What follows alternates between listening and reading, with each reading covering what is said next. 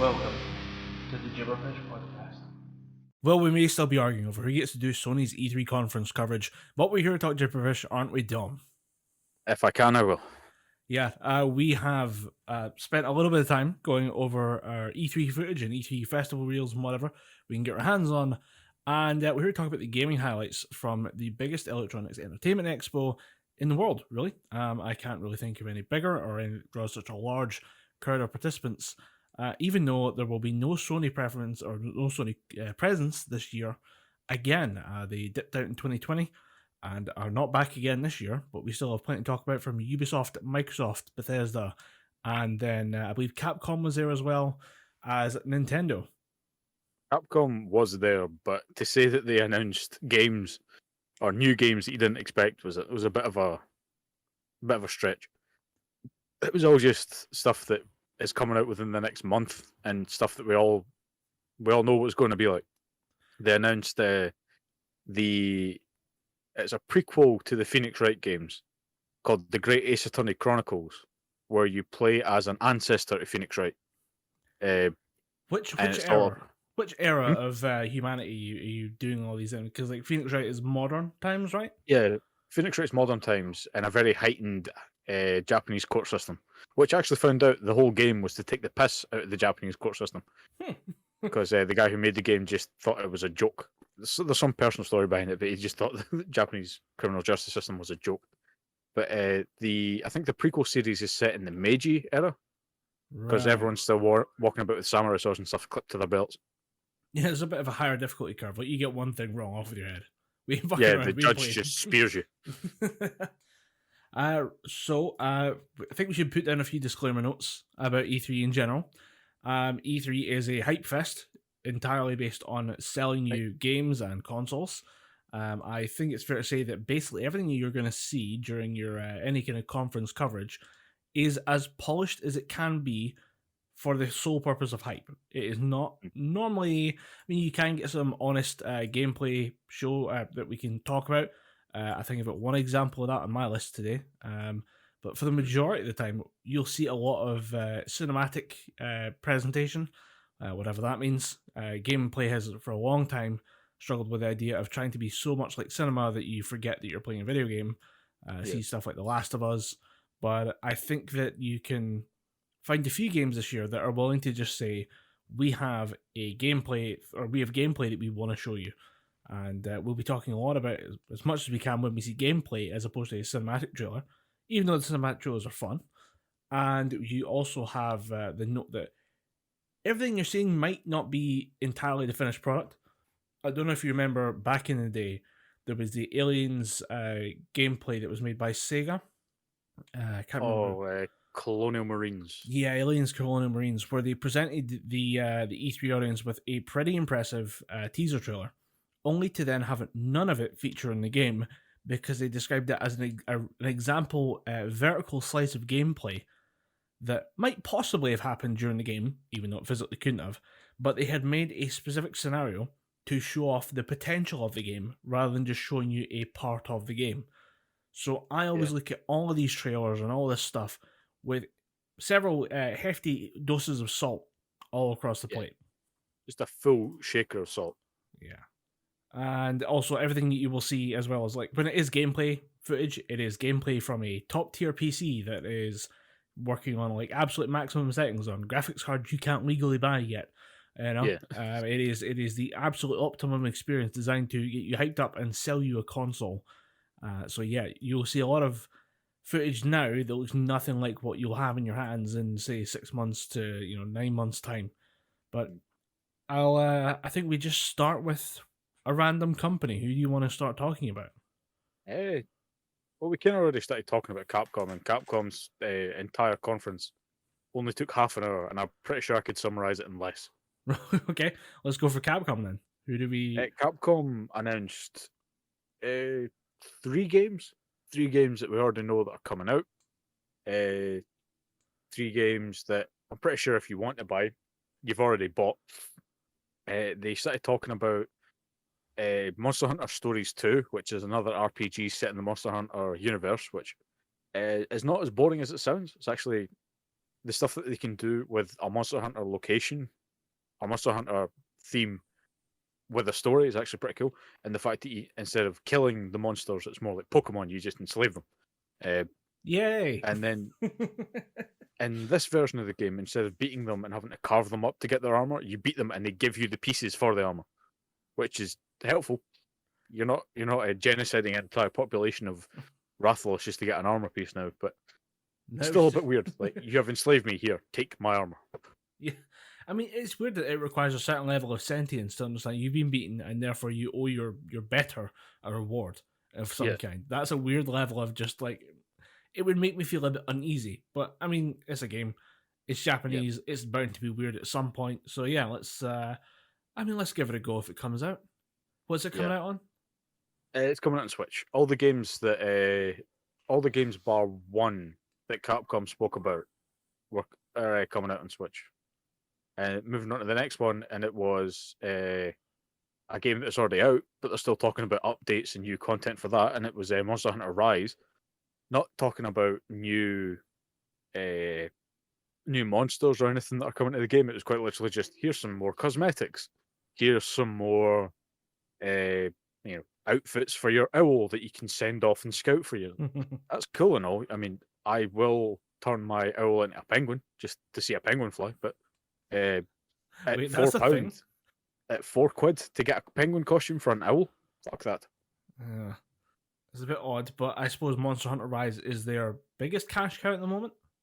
Yeah, I think it is probably the quickest selling. I think it is the quickest selling Monster Hunter to date, beating World for how quickly it sold over 1 million copies. Yeah, can't really blame them for milking that cow too much. Yeah, that's the thing. Monster Hunter is just a license to print money anywhere because it sells globally. Japanese people get into it heavily. Same with people over here in the West. And then, of course, they went on to speak about the Great Ace Attorney Chronicles, which is the prequel of the Phoenix Wright Ace Attorney series. And again, we already knew that it was coming out. At the time that they had the conference, that game was a month away. Comes out on the 26th of July. It's not far away at all. That's interesting because a lot of these games, you end up with a schedule of, we're talking about it now, it'll be due out around November. Surprise, just in time for the kids to want it for Christmas. So they spend the whole summer hyped up for it, and then they finally get it, or they finally twist people's arms into getting it before Christmas. So that's good that they have something to say, oh, and by the way, this is due next week. Yeah, this is due in a month. Yeah. So you'll be able to pester your parents for it before Christmas. And then the first game that they announced, because I'm kind of jumping about here, they started talking about how quickly Resident Evil Village had sold, and then they announced DLC was in the works. No trailers, no images, just because of the request for more of RE8. We're now getting more of RE8, which, how the game ends, I'd be very interested to play an additional chapter in that series. Well, that's actually quite good that they have nothing to show, in a sense, because if they had it pre-prepared, we already have some test footage to show you from a game that just came out. Suspicious. Yeah, you're like, okay, so you guys just cut this out of the main game just to sell it to us later. Okay, bravo. But I think that's actually good in a certain way. But with the Resident Evil series, I think that I heard discussion of what was going on for the DLC of Resident Evil 7, and they described a completely different scenario from the basically fight for survival against a redneck haunted house. And all of a sudden it turns into you're the crazy uncle who was never shown in the main game, fighting werewolves and alligators with a giant like Thanos power fist thing. Yeah, in the swamp, and I'm like, okay, who wrote that one down?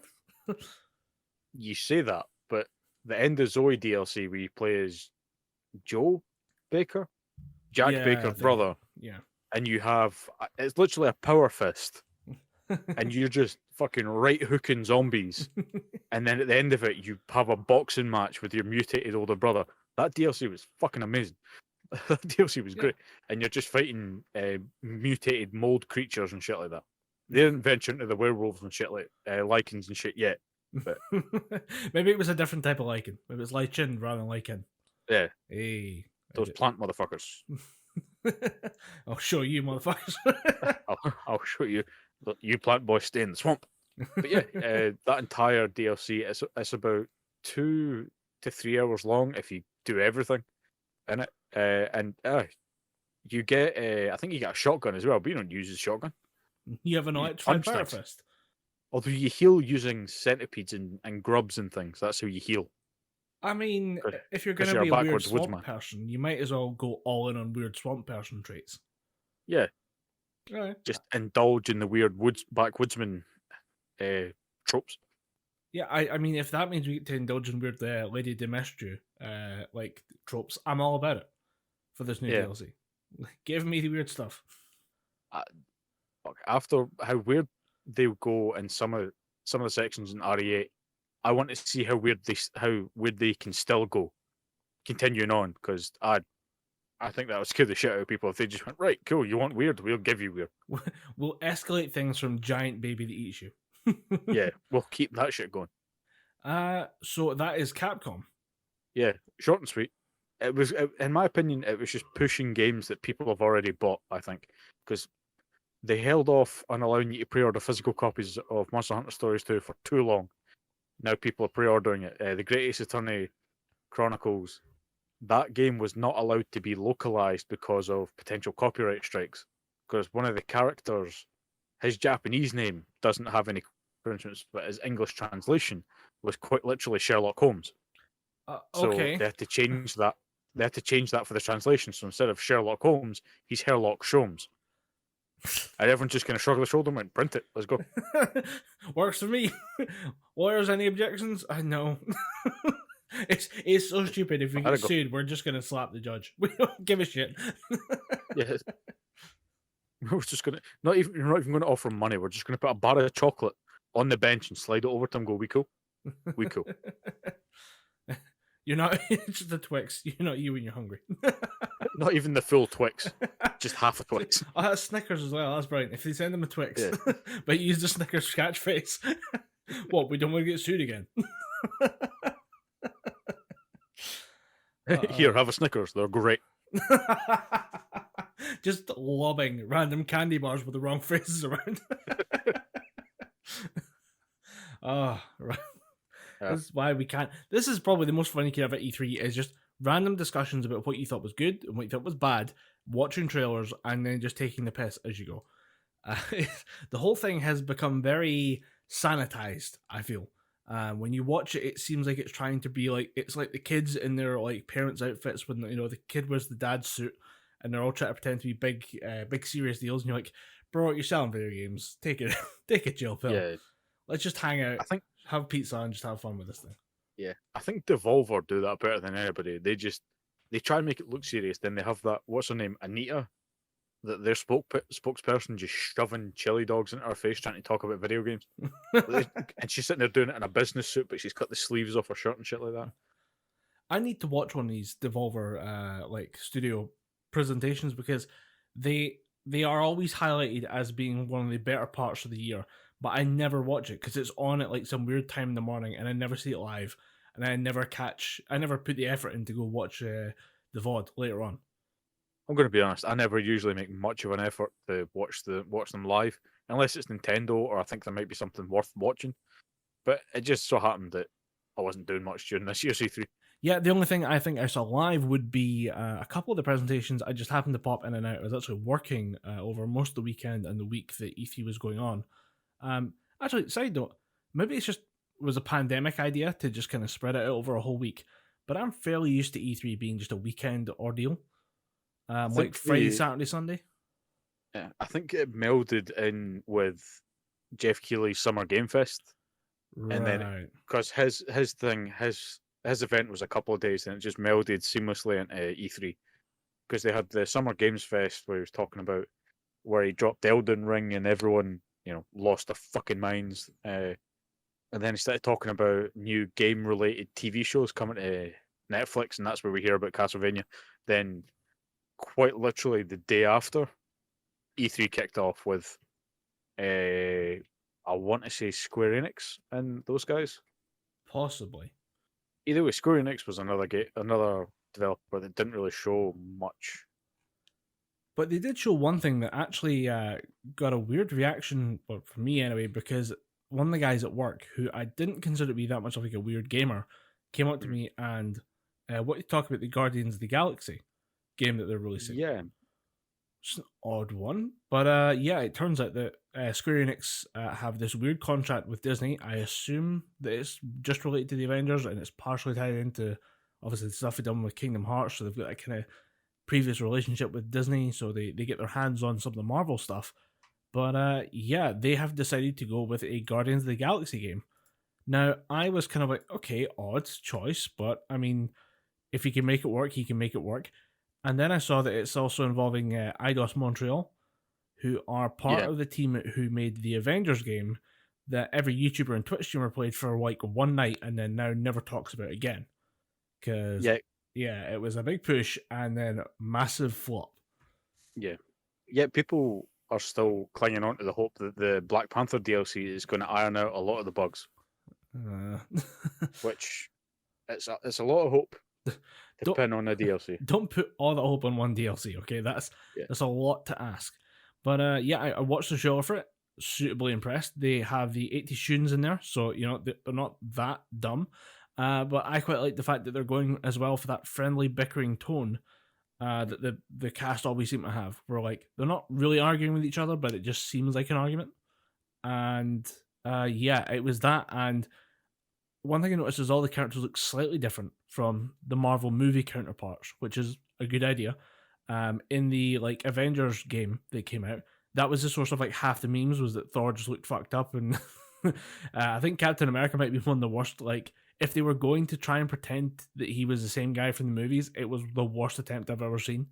But I think they were actually trying for a different look, as opposed to what we saw. And I think Hulk had a beard, if I remember correctly. Hulk in the main game had some kind of weird 5 o'clock shadow thing going on. It just looked like he had weird skin indents in the main game. But they did Maestro, who is the dickhead evil version of Hulk in the future, who, if I remember correctly, eats the Avengers. Right. Yeah, and I think it was in Old Man Logan. Logan finds a now blind Hawkeye who kind of has some weird Daredevil sense now, and he says, "I need your help with something." Banner's gone mental, and he takes him to see Maestro, and he starts talking about, "Oh, I've eaten all these different superheroes and stuff like that," and it shows you a pile of skulls, and it's all the points to like, "Oh, it's Thor because he's still got Thor's helmet on or some crap like that." Yeah. So, yeah, that version of Maestro, that version of Hulk's pretty much a dickhead, but they dropped that DLC, and apparently they fixed some bugs with it. I don't know what the audience for that game is anymore. I don't know. I never heard anyone talking about it outside the initial like launch week, and then that was it. I mean, as someone who likes the Batman Arkham games for the PS3 and Xbox and PS4 for fucking everything at this point except Switch, as someone who likes those games, I'm always interested to see a new superhero game, because as much as I don't like Harley Quinn and the Suicide Squad, I'm still slightly curious about Suicide Squad killed the Justice League. Interesting. Just purely because it's Rocksteady and they do fucking phenomenal work with these video game IPs. So it's the same with Guardians of the Galaxy, because from the trailer it looks like they've polished it a bit more and they've learned from the mistakes, trying not to give you 4 different characters that you can, upgrade and have to micromanage at once. It's just one character, and you can team up and do other attacks with the other 3 characters. I think it's a bit easier to deal with just one fully playable character and 3 party members than it is with, I think it was 5 or 6 fully playable characters you had in the Avengers for PlayStation 4 and Xbox One. Yeah. And it looks phenomenal. And Star-Lord fucked a tentacle monster. Respect. Yeah, that's nothing new. That's nothing new. See, superhero. I bet he went down on that tentacle monster. Yeah. That is in reference to the idea that Batman is not allowed to go down on Catwoman, according to the what was it? It's the Harley Quinn writers for the spin-off the Harley series. Quinn, the HBO Max cartoon animated feature Harley Quinn. The writer said, "Nah, heroes don't do that." Bullshit. No, the writers said we want to do it, and it was the producers, like the Warner Brothers, like the suits guys, who said we can't have that. We can't have Batman going down performing cunnilingus on Catwoman. Like, no, He goes down. He puts in the work. He's Batman. That's why we respect his work ethic. Okay, that's why we love Batman. When it comes to the point that Val Kilmer, who plays one of the most debated and criticized versions of Batman of all time, when he steps in going, maybe, I think he would do it. I think you've got a problem. If George Clooney comes out on Twitter or whatever it is and just goes, yeah, I think Batman would do it, you know that DC needs to take that back and show us that scene. I want Clooney to come out in the bat nipples. Come out with the bat nipples and say, Batman goes down. And just have his wife show up and go, yeah, he does. Give me the fucked up shit. Get all the living Batmen just to show up and go, heroes do that, then just disappear. Then zip line away. That's all they need to do, just grapple hook away. I'm checking something really quickly. Shit, Adam West's dead. Damn it. Yeah, I forgot Adam West was dead. And I'm like, if there was anyone we could count on to come out and say this shit about how Batman goes down on Catwoman, it would be Adam West. He's game for a laugh any day of the year. My initial thought on that was the complaint about Batman wouldn't do that, but they over-sexualized Nightwing to the point where they confirmed that he does shit like that to Starfire any opportunity that he gets. So, if Nightwing does what Batman don't. If you can't see Nightwing and Starfire on screen at any given point, just assume they're fucking somewhere. Yeah. They're exhibitionists and they don't care who knows. Yeah. Don, we got distracted again. We did get distracted, but no, it's so funny. It genuinely bugged me because who gives a shit? Yeah. And Batman's twisted, man. Batman's kind of sick in the head a little bit. He's got some problems. He would do that.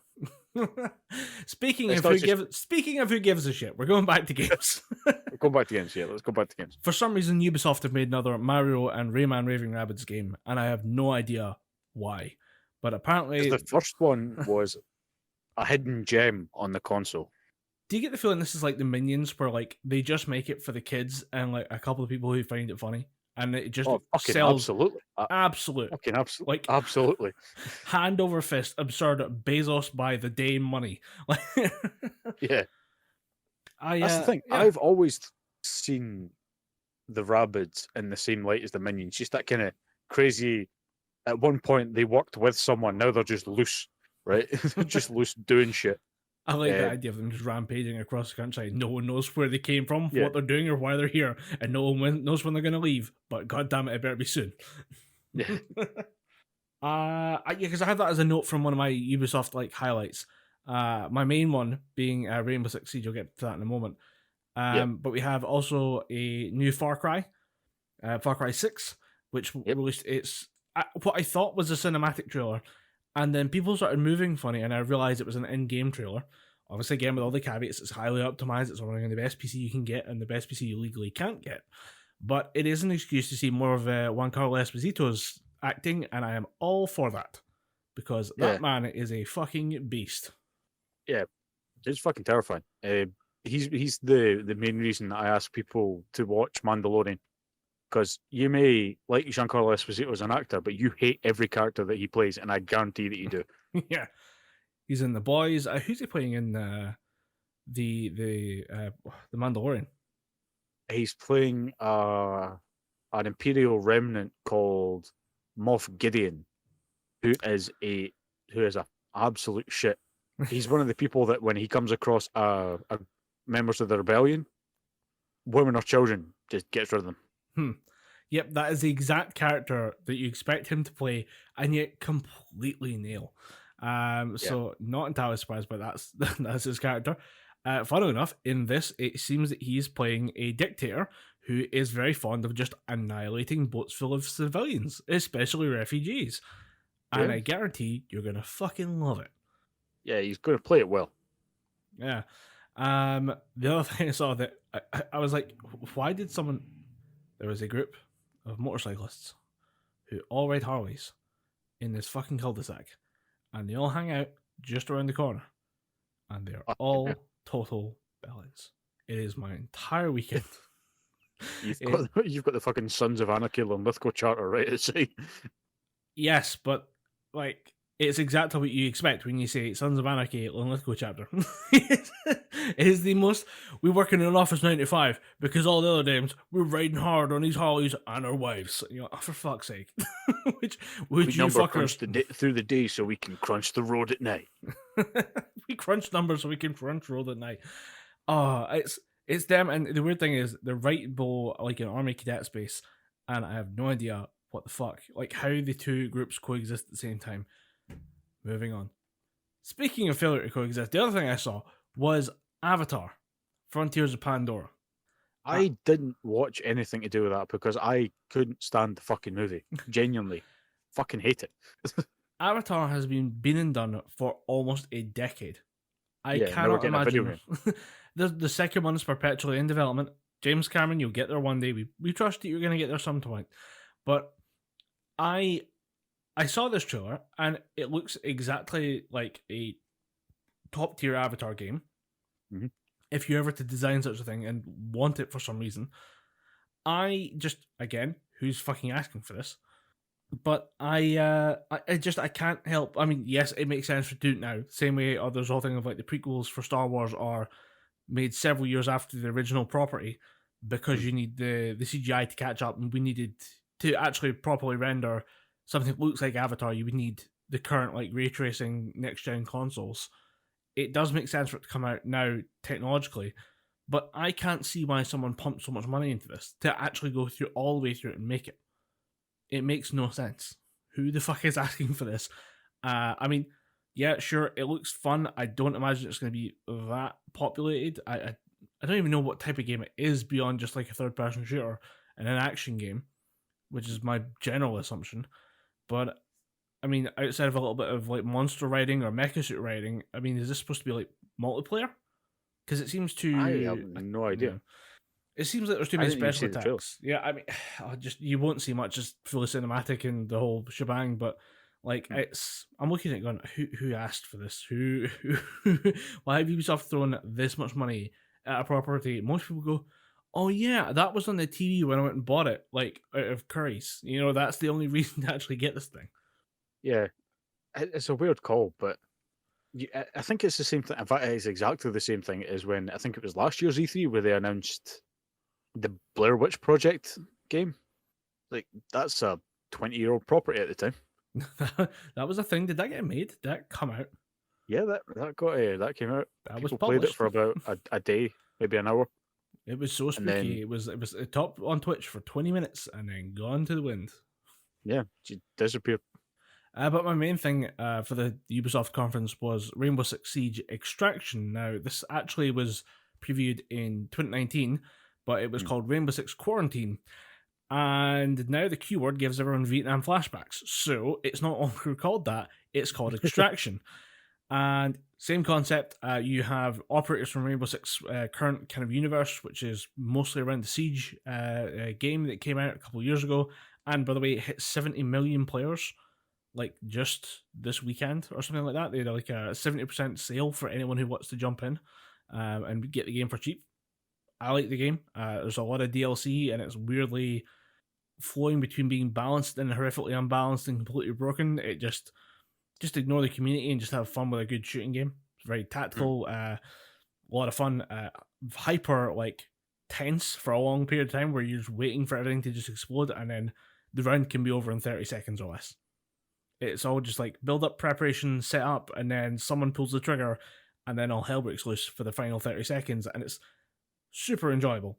Very frustrating. I imagine there's more than a few like busted controllers from people throwing them at walls after bad rounds, but I enjoy the hell out of it. So they're making like a kind of expansion, but giving it its own game, so it doesn't interfere with the main thing. And this was kind of based on an event called Outbreak a few years back, which was I want to say it was supposed to be like a Halloween theme thing. It got pushed back to like a November event, and you were basically playing against zombies, where basically a meteorite crashes into Earth, that infects all the local population. You have to go in and extract someone like a high value target, or get some data, or plant bombs to like blow up massive hives of these things. And it was absolute chaos and madness. And they've just been working on this in the background and just having operators from the main games come out and take part in what looks like a very fun game. I'm kind of interested in it. We talked about the difference between like a cinematic trailer and a gameplay trailer. This is cinematic beyond belief. The Rainbow Six like animation cinematic team are top tier. They've been working on stuff ever since they did a small kind of teaser trailer for. I don't even know what it was for. I think they just made it to make it really, called Hammer and Scalpel, and that was about like two operators who have a different approach to how you should go in and deal with a hostage situation, and it's like a great little kind of character thing between two characters you wouldn't think would interact, but that's the kind of joy of it. And they actually made a live action, or not live action, but like a highly cinematic trailer for the like a kind of Olympics themed season that they had. And again, like some of the best animated action I've seen in anything. But just because it was toned down to like 90 seconds, it just got to be as fun as it wanted to be and not really worry about telling a story, even though it kind of did tell like little character moments if you know who the characters are. So yeah, I mean, I'm now at the point where having seen the trailers for all the stuff coming up so far, and then the Extraction trailer, I just want the Rainbow Six Siege like animated movie. I would sit there and watch it for hours on end, just on a loop, just yay.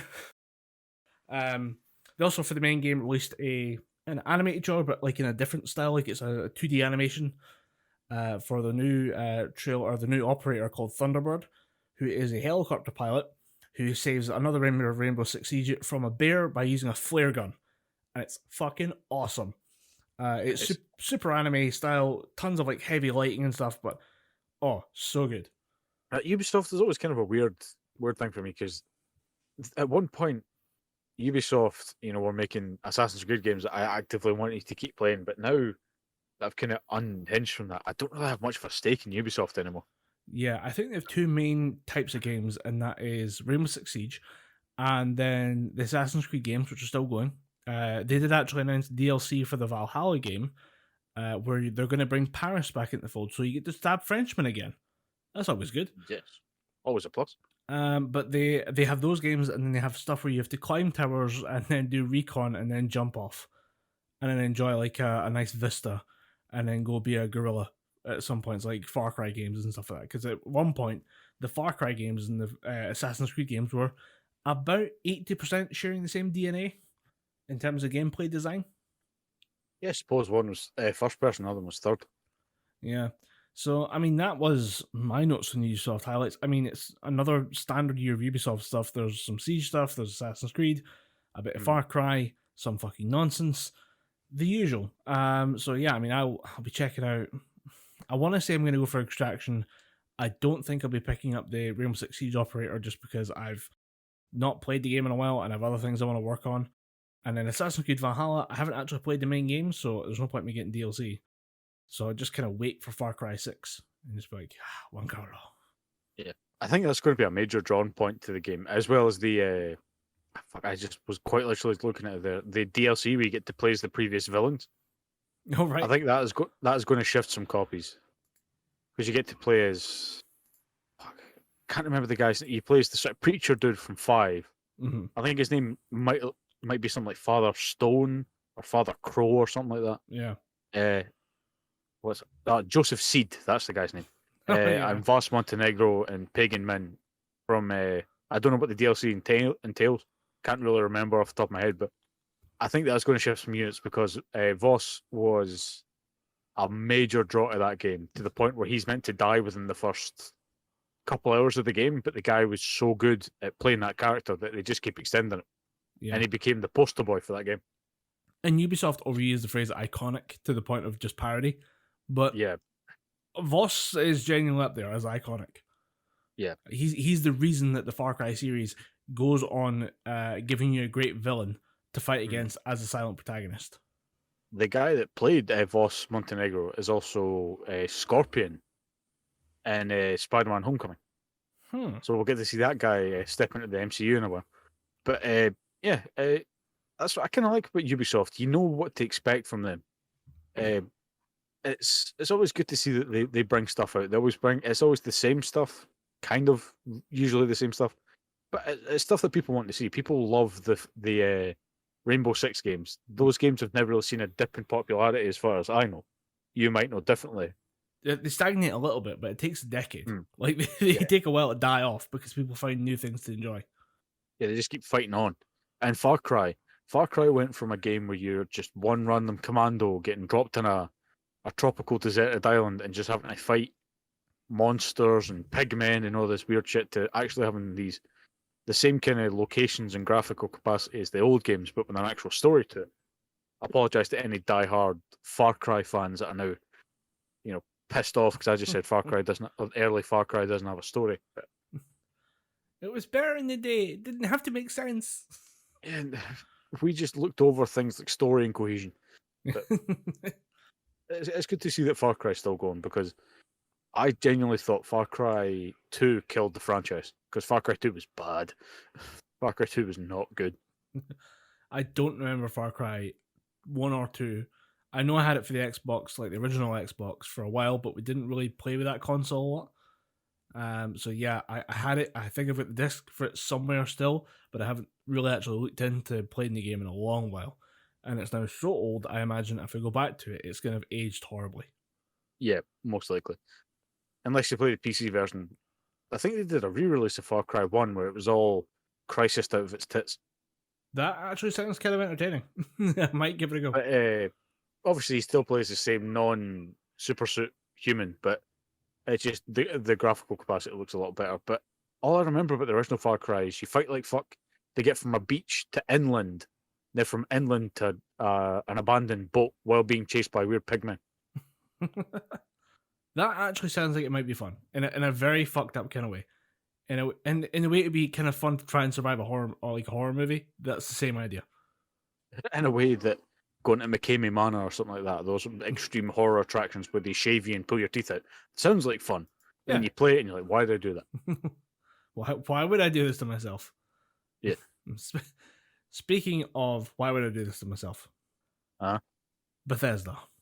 I've been looking forward to an announcement from Bethesda for so long that when it doesn't happen, I'm crushed internally. I have been joking about the idea of a Skyrim 2 forever, and everyone kind of assumed even if it wasn't Skyrim 2, we'd be getting some kind of major Elder Scrolls content at some point this year, given the rotation of Elder Scrolls and Fallout that has been going on for the last couple of years. And the last couple of games have been very Fallout. There has been a continuing Elder Scrolls presence in Elder Scrolls Online, which is not a fun game to play. But we've been kind of waiting for that big main title release from the Elder Scrolls series for a while now, and I'm pretty sure it was teased at last E3. Mm-hmm. So where was it, Todd? Where was it, Todd? Todd Howard was too busy telling people that what the fuck's the game? Starfield exists. No one knows what the fuck it's going to be. But it's the thing. There's a robot. There's a robot, and there's a U, and there's a spacesuit, and a spaceship. There's an astronaut. And he shoves a carrot up his ass. I don't care anymore. I just 8 inches of turnip. I don't know. It's been too long waiting for the flagship of your entire company that everyone has been waiting for so long. Through the countless Skyrim re-releases, because that game is now a decade old and plays on your fucking toaster if you try hard enough. Yeah, I don't even think you need to try that hard. I'm pretty sure there's just an app for that. Yeah, and it's, lightly toasted, over toasted, burnt Skyrim. Dovahkiin, I don't know. But it's been a while, and instead of a long-awaited sequel, we got some announcement of DLC for a game that has, I assume, a moderate player base, considering it's still going. And then Starfield, which, again, an entirely cinematic, vague opening trailer about, I guess, space exploration. But yeah. We'll probably have something like that in there. Space exploration, and then maybe some robot shooting, I don't know. Maybe. You'll be lucky. But as per usual, my notes from Bethesda for E3 boiled down to no Skyrim 2, go fuck yourself. Yeah. I think Bethesda, they showed, because they're part of the Xbox conference, which, to be fair, Xbox buying Bethesda is a huge fucking play, because that essentially means that Elder Scrolls might not be console, or it might not be free on every console now. It's now console exclusive, locked into Xbox. Yeah, which is a bit of a dick move. Yeah, it is a very much a dick move for the fans of Elder Scrolls that don't have an Xbox or a PC, because it means you're going to have to get it on PC through Game Pass, probably on day fucking one. I was sick of hearing that at some point. Like, get it on Game Pass day one. Who gives a shit? I think we'll come back to Microsoft as a separate entity. Yeah. They are technically part of, or Bethesda is part of Microsoft, but I think that Microsoft is still its own identity in and of itself. I think Bethesda is still a separate thing from them. So yeah, I think we'll come back to them. But I was wondering if you tell me about going back to Elder Scrolls. I think new Elder Scrolls would have been cool, but I think if they announced it on Xbox Series X, or play it better on Xbox Series X, without it being able to be played for everybody, because not everybody can get a fucking Xbox Series X right now, but also it's exclusive to Xbox, either timed exclusive or just absolute exclusive, that would just fucking set the internet on fire. That would just be bad juju. But they're in the camp now, so if it's going to come out, it is going to come out as a timed exclusive at least. More likely to just be a permanent exclusive. So I'd suggest that, it's never going to be a great time for it to come out. I think they just have to rip the Band-Aid. And you'd like to think they do it before they release their big IP, but okay. Shoot your shot, I guess. Yeah. It's kind of sad state of affairs, because Skyrim is... I've even started calling it Skyrim. It's just so universally in my head as Skyrim. But I think Elder Scrolls has such a universal appeal, where it's just on everything. To limit it to just Xbox is kind of shitty, but at the same time, they did pay $7.6 billion or something like that. Yeah, if you pay $7.6 billion for something and don't truly own it, that's a massive waste of money. Don't try and rein it in. That's just bad juju. Yeah.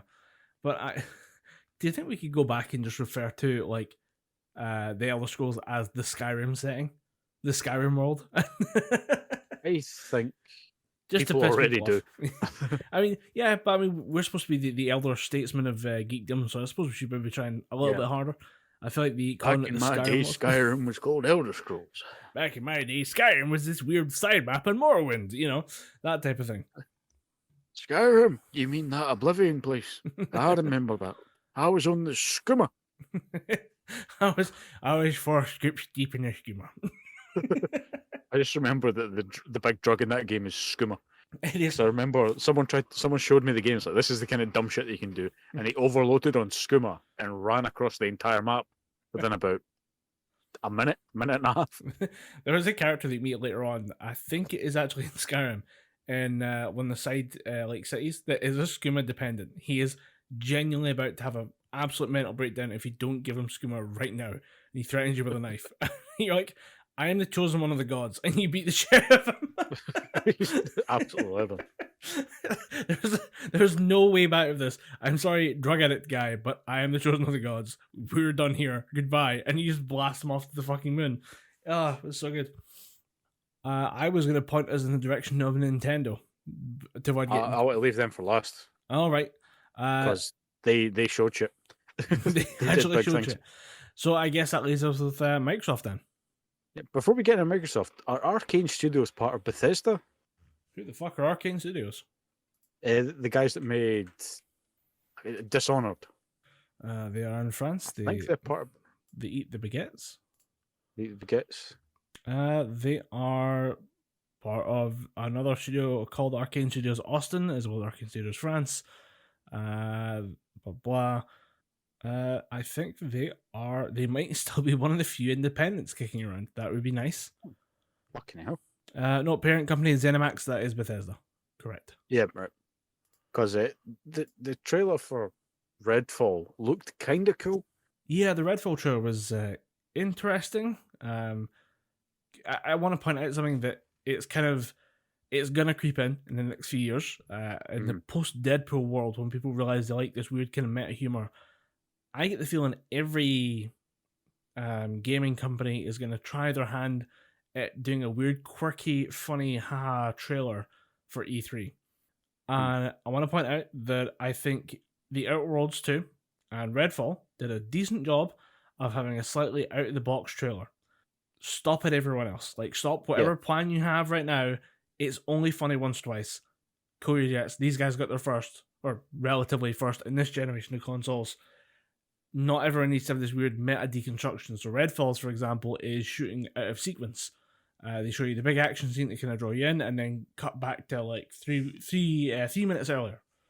And it kind of showed a trend in E3 trailers, particularly outside of the Nintendo conference, because everyone was showing off Left 4 Dead type games, whether it was Back 4 Blood, whether it was Redfall. There was another fucking game that was basically just Left 4 Dead, but with, I think you're fighting demons or something like that. Yeah. I think it was what was it, Godfall? Godfall or Babylon's Fall. It was just another Left 4 Dead clone. But yeah, obviously Back 4 Blood has the pedigree of being made by the guys who made Left 4 Dead, but everyone else is just, that's up for grabs now. Shit, yeah, let's do that. Yeah, I thought this looked okay. I think it's weird that they put all the effort into like a weird meta trailer when your tagline is it's a wizard with guns fighting vampires with guns. I don't think you need to try hard to sell that, to be honest. I think that should be pretty self-evident that that's a cool game to play. Although the weird kind of guardian robot thing that they have kicking around with them, that kind of acts as like a backup assistant to one of the characters, looks like a giant cooked chicken with guns. And I can't get that image out of my head. That is a rotisserie chicken. Some guy who goes into Tesco is like, oh my god. That's what my video game needs. Rotisserie chickens, bro. So are you going to buy this chicken? I'll buy all the chickens. I need research, damn it. We just start trying to tape guns to the side of a rotisserie chicken. I'm a developer. Sir, what are you doing? Oh, don't mind me, I'm a developer. But this is one of those shows that it is very, I'm joking about it being meta, but it is also incredibly cinematic. I don't think that's gameplay. Not even close. No. My question is, what type of game is this? And I'm worried it's kind of like XCOM, because that's not my style of game. But I kind of want to play this game. I genuinely think it's just another Left 4 Dead style shooter, where it's just get from point A to point B, shoot things that are in your way. Yeah. If that's what it is, I'm all in. I like the sound of that. But if we're going the XCOM route, I just can't. I think with all the special abilities, it kind of looks like a lot of stuff's going to have cooldown timers, rather than like an ammo limit or something like that. I mean, if it's that, I'll wait and see how it looks on Twitch. But I will. I'm not entirely sure about this one. It's one of the few that I looked at it and said maybe, rather than yes or hard no. I mean, there was very few games apart from when Nintendo dropped their conference. I was just going, yep, fucking getting that. There was a Tiny Tina's Wonderland, the Borderlands spin-off. I thought, yeah, I'll pick that up. Yeah, because I've yet to play a Borderlands game that I don't like or absolutely hate. Because there was the one set on the moon which I wasn't too keen on, but even at that, it was still fun to play through. Mm-hmm. I think the one that I would definitely say is a yes for me, as the easiest one, is Elden Ring. FromSoft with George R.R. Martin. I know, they didn't bust a fat nut over this one, but I do like the Souls games. I've been a big fan of them for ages, and now it has horses, so fucking sold. Yeah. Also, side note from their trailer, we talk about games being giving overly cinematic trailers and not really representing the true gameplay. I know that Elden Ring trailer is legit, from the engine, because the hair is still fucked. They have never been able to program hair, as far as I've remembered, and it is just completely bad hair from the back of all the characters' heads, to the point where I think they may have done it on purpose. I'm kind of impressed. I like it. I think it says that FromSoft know exactly who the audience is, and they're making actual games for real gamers, and I like that. But also, it has a giant weird monster with a bell hanging off its gut that rings as it walks, and I'm like, that is so Dark Souls. Yeah. Although one thing that I did see that kind of worried me is Elden Ring still running on the Dark Souls 3 engine? Because that looked dated even on the PS4 and Xbox One. I'm not sure. I know that they have their own internal engine that they use for these games. I don't know if it's another iteration of it. But yeah, it seems like you have to have a PC to get the most out of that engine, whatever it is. but I don't know if they're using a new one or if they've. I would assume so because it goes Dark Souls the Bloodborne, and then you have Shadows or the samurai one. Oh, Sekiro. Sekiro, Shadows of the Damned. Yeah, No, Shadows Die Twice. Shadows Die Twice, and then you have this. I think that's too many games on the same engine for a company like that. So I'm hoping it's going to be similar. Well, it's about the V8 of whatever engine it is that they use because they've had the same engine for a while. But I liked what I saw from Elden Ring. My big one, I'm talking about games that are like a definitive answer on it. Definitive no for Death Stranding Director's Cut. Yeah, the fact that trailer was just Sam Bridges fucking around with a cardboard box was just, nah. Like, here's the thing. As a film fan, a director's cut is typically like the studio came in, fucked with the movie before it came out. Director was so annoyed he went and made his own ending of the movie and got that published somehow. Normally, when there's like it needs to be like a longer cut, stuff had to get cut out for like a time limit thing. Does that imply that Hideo Kojima did not have complete directive control over Death Stranding? Because the game made fuck all sense before. What is it going to be like now? What the fuck is I that? think it's just going to be worse. I think he's just going to put in everything that he was told by his staff to cut out. Because you imagine the production meeting just going, Hideo, this doesn't make sense. We need to cut this out. Yeah, okay, sure. Then about 6 months to a year later, he just goes, wait, I fucking own this company. Director's cut. Just literally, hey, wait a minute. This is my just calls company. a board meeting. He can you imagine? He goes into the board meeting. He does the power hands, like the salesman power hands. He just goes, gentlemen and ladies, let's not discriminate here. What's this company called? Kojima Productions. Director's cut time. Get to it. And he just walks out of the room. Everyone going, oh, fuck, we knew this was coming. Oh, shit, we're going to have to go with the sky jellyfish and the dead babies. We're going to have to bring them back. We're going to have the segment with the orange rolls through the fucking air vents to release the prisoner. Oh my god. I was hoping that they, like, if the game, for some reason, the director's cut trailer had suddenly cut to the perspective of one of the oranges that fell on the ground and it started rolling away of its own volition, that would have been an interesting trailer. I'd have played that game in a heartbeat. But if we're going to just have Norman Reedus acting with a box, I don't give a shit about it. It's not an interesting game to me. No one gives... In fact, there might be some people that give a bit of a shit. Someone's going to be like, there's the box! I immediately assumed it was some kind of reference to like Metal Gear Solid. Yeah. Just because box. The fact that he throws it down on the ground, I was just thinking, he's just angry. He's taking it out on the box. Say, fuck you, Konami. You just see fuck Konami spray paint inside of the box. Like, okay. He had some stuff to get out of his chest, and I think we're done now. I think we're going to be okay, but okay. We tried to get him to take it out of the game, but he just kept saying Kojima Productions, bitch. It's the Kojima cut. Release the Kojima cut. My friend Zack Snyder said I could do this, so I'm going to do it. Actually, of all the two random, like a movie director and a game director, who would you want to have like a kind of cross relationship that they're best buddies, they influence each other's work? I think Zack Snyder to Hideo Kojima would be pretty fucking interesting, to say the least. Yeah, that'd be weird. Then again, I think the weirdest kind of cross pollination of, nerd shit was when Hideo Kojima was given an award for something, and it was given to him by Stan Lee, dressed as Revolver Ocelot, and it came about that those two were just really good friends. I was expecting you to say Guillermo del Toro, but that is a much better story. I'm gonna go find out what that was about. I kind of want to know what. It was some kind of awards or something like that, Game Awards. That's so weird, but okay, good. Yeah, it's actually probably the best combination of the two random IP holders I could think of. Yeah. For a fact, Kojima and Del Toro, they text every day. Yeah.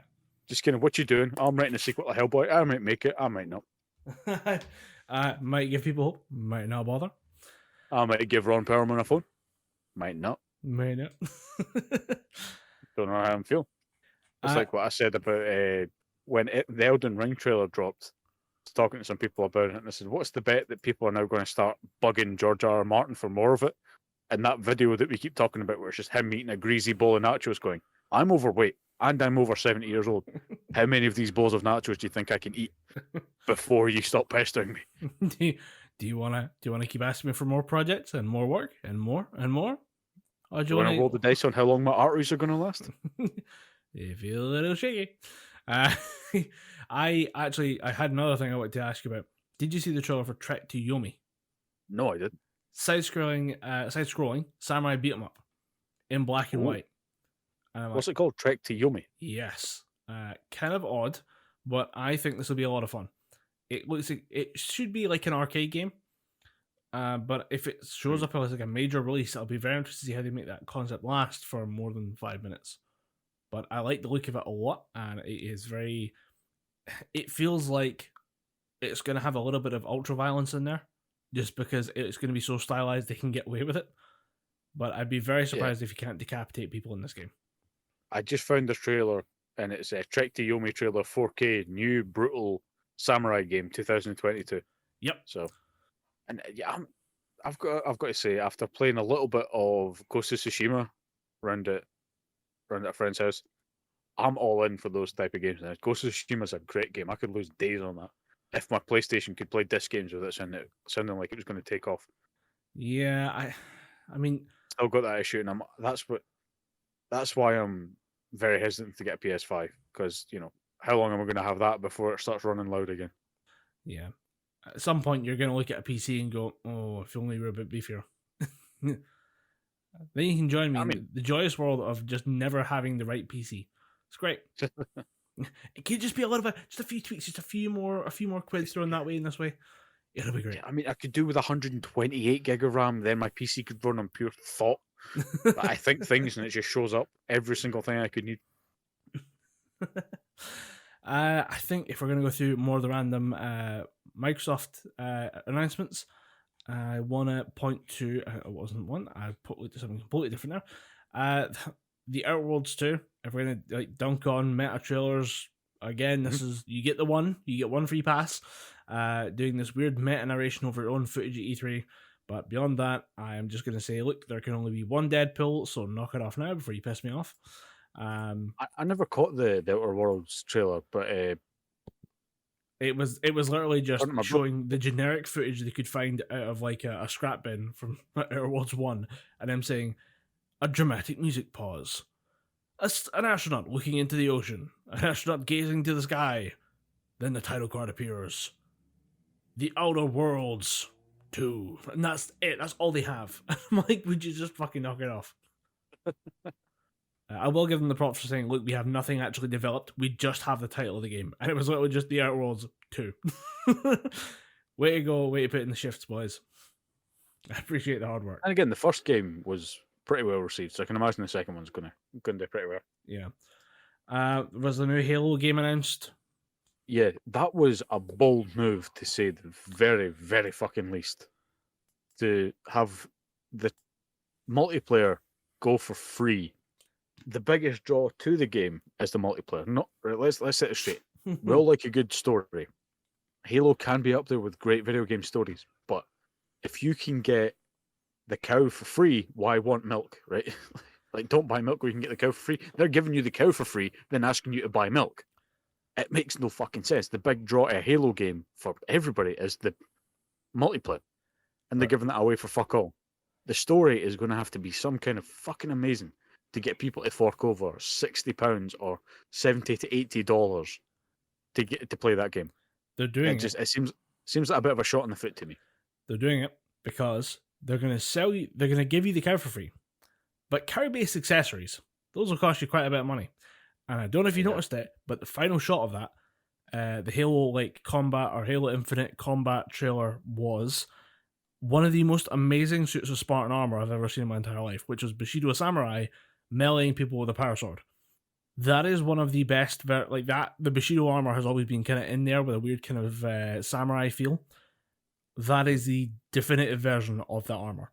It is beyond. It is cool in a way that I can't really express without saying Master Chief is now a Gundam. That's the only way you can explain it. But that is the final shot of that Halo Infinite trailer, and I think that's where it comes in. The gameplay itself is free, and you get your basic Master Chief suit on, and you get some very basic armor. or you can pay 10 quid and become Master Chief as a Samurai Gundam. What are you going to do then? Because I guarantee you, everyone playing that game is going to go, Samurai Gundam Master Chief, hell yeah, slap money on the Give me table. 2. I'll buy 2. It's a digital thing. I'll buy 3. I could see easily there being just this never-ending like cycle of money. I think games like Grand Theft Auto and other such like online experience games, because I saw a trailer about or a kind of article about this, that Ubisoft have definitely learned the lesson from it, and I think Take-Two, who are the people who own like the companies that own Rockstar, they have seen the income from these games and went, oh my god, you make a premium game, give it to someone for free, and then charge people on the back end to accessorize in these games or to unlock new content or play faster in a sense where you can advance faster with like premium battle passes and stuff like that. The companies have seen the profits from these games and been taken aback, because it is a lot harder to sell someone a 60 quid game than it is to give them a free or very cheap game and then get them to pay 10 quid a month overall. And I think like World of Warcraft will seem tame in comparison compared to what comes next. But that's my theory on stuff like why Halo's combat, like the multiplayer, is going for free, is that I think the writing is on the wall, and this will be the last E3 we have without that kind of very obvious sales pitch of free intellectual property and then followed up with, you know, glitzy accessories in the multiplayer menu. We can only hope, because it's kind of shitty. Like, here's the game for free, but if you want all this cool shit, you know, you have to pay £6 to £7 per item. I'd prefer to pay a bit for the game and have the ability to earn cool shit throughout the game. But that's just me. I think that might come from the fact that I play a lot of fighting games. I hate paying for characters. I'd rather them be in the game and I can earn them. Yeah. I think that actually just comes from us being older gamers. I think we're just used to that's how our games look. And now there'll be a next generation of kids coming up who are like, I'm used to paying for DLC. That's how games are. That's how games have always been. You're like, no, kids. There was these old games where you got the whole thing in one disc. It was amazing. Yeah. Until somebody fucked it up, and then they had to find a way to patch stuff, and then we'd always online conductivity, and then when they were there, they just said, let's just, while we're at it, sell you some DLC at the end. And I think that's just it's an old school mentality that we have. Yeah. That's when I will officially call myself old, when I have to explain the concept of unlocking characters to people. When they go, oh, he was DLC in this game. It's like, oh, in the original, you had to unlock him. Oh, you mean you had to pay for him, right? No, you could play the game, do a certain amount of the game, and you do it to a certain degree. And if you did it well, you would get a new character. How much? No, they gave you this. If you played the game well. You just got good. Yeah, you just got good. How did you get Akuma in Street Fighter 2? You played the fucking game. But you got good. But what about Mummy's credit card? It stayed where it belonged, in Mummy's purse. You little shit. She saved herself £5. I'll put myself out there. I turned 30 between the time we recorded the last podcast and now, and I've had a few of the old moments. My old moment, I think, is going to be when I explain a disc. I think when I say, no, the game was on this little metal sheet thing that we put into the machine. What like a USB stick? No. Because if you explain a tape or a floppy disk, you're old. But I think at some point somebody say, what's a CD? And I'm going to blow my fucking brains out. I remember I was overhearing a conversation, and it was because I go and pick up my niece from school every couple of weeks or something like that. One of the kids was saying, can we watch, it's saying to his dad, can we watch a film when I get home? He goes, sure, I got a couple of new DVDs. And the kid went, DVDs? Dad, I think you mean Blu-rays. I was just, oh, you sweet child. You sweet summer child. Oh, you sweet. All you know is high quality. I'd love to have that like archive moment of like, you just open the vault of all the shitty DVDs you bought for like bundle DVDs for like 3 for a tenner at HMV, and you just unroll like waves upon waves of shitty movies, and you're like, this, children, is the archive of lost dreams. All the and it's all in 480 to 720p on a good day. 60 frames per second for maybe 60 seconds. Then the guy's hand starts shaking because it's a shitty copy. Haven't I explained that you couldn't download films before? If you really wanted a brand new film, you had to go to a place in Glasgow and find a shady man wearing an ill-fitting tracksuit, pay him £5 and take a videotape home. Would it work? Who knew? It was all Would part it of the work? mystery. Maybe. It was all part of the mystery of the ritual. I wonder about that because I was listening to. Would it be the film that you paid for? No. You paid for you paid for Shrek 1? No, you got Team America World Police. You paid for Team America World Police, you got violent porn. That was going to be a hell of a kid's birthday party. Hey kids, we got Shrek. America! Fuck yeah! See, those weren't even hypotheticals. Those actually happened to me. We bought I don't know if I should be admitting this really, but we bought a copy of Shrek. Turned out to be Team America World Police. Then we tried to get a copy of Team America World Police because the film cut out halfway through, and it turned out to be violent, aggressive porn. I To the want to point know. where we actually, it wasn't a case of, shut down the PC so you can see what was happening. It was plug out the wall. Throw the fucking monitor out the window to get the evil at the house. You're like, no. To stop the viruses getting in, yeah. We've interacted again, Dom. I hate to tell you this. It happens, man. It happens. We haven't recorded in a while for reasons. We're old. We're starting to lose the connective tissue in the brain. It just kind of stops working. Like A doesn't go to B anymore. It goes to D. You know what the fuck? Then you need to circle back to B. Then you forgot we said it's C. Then you go back to D again because it just feels right. What we need happens, man. What we need is to cool off with the coolest announcement that Microsoft made this year. That they're making an Xbox themed mini fridge.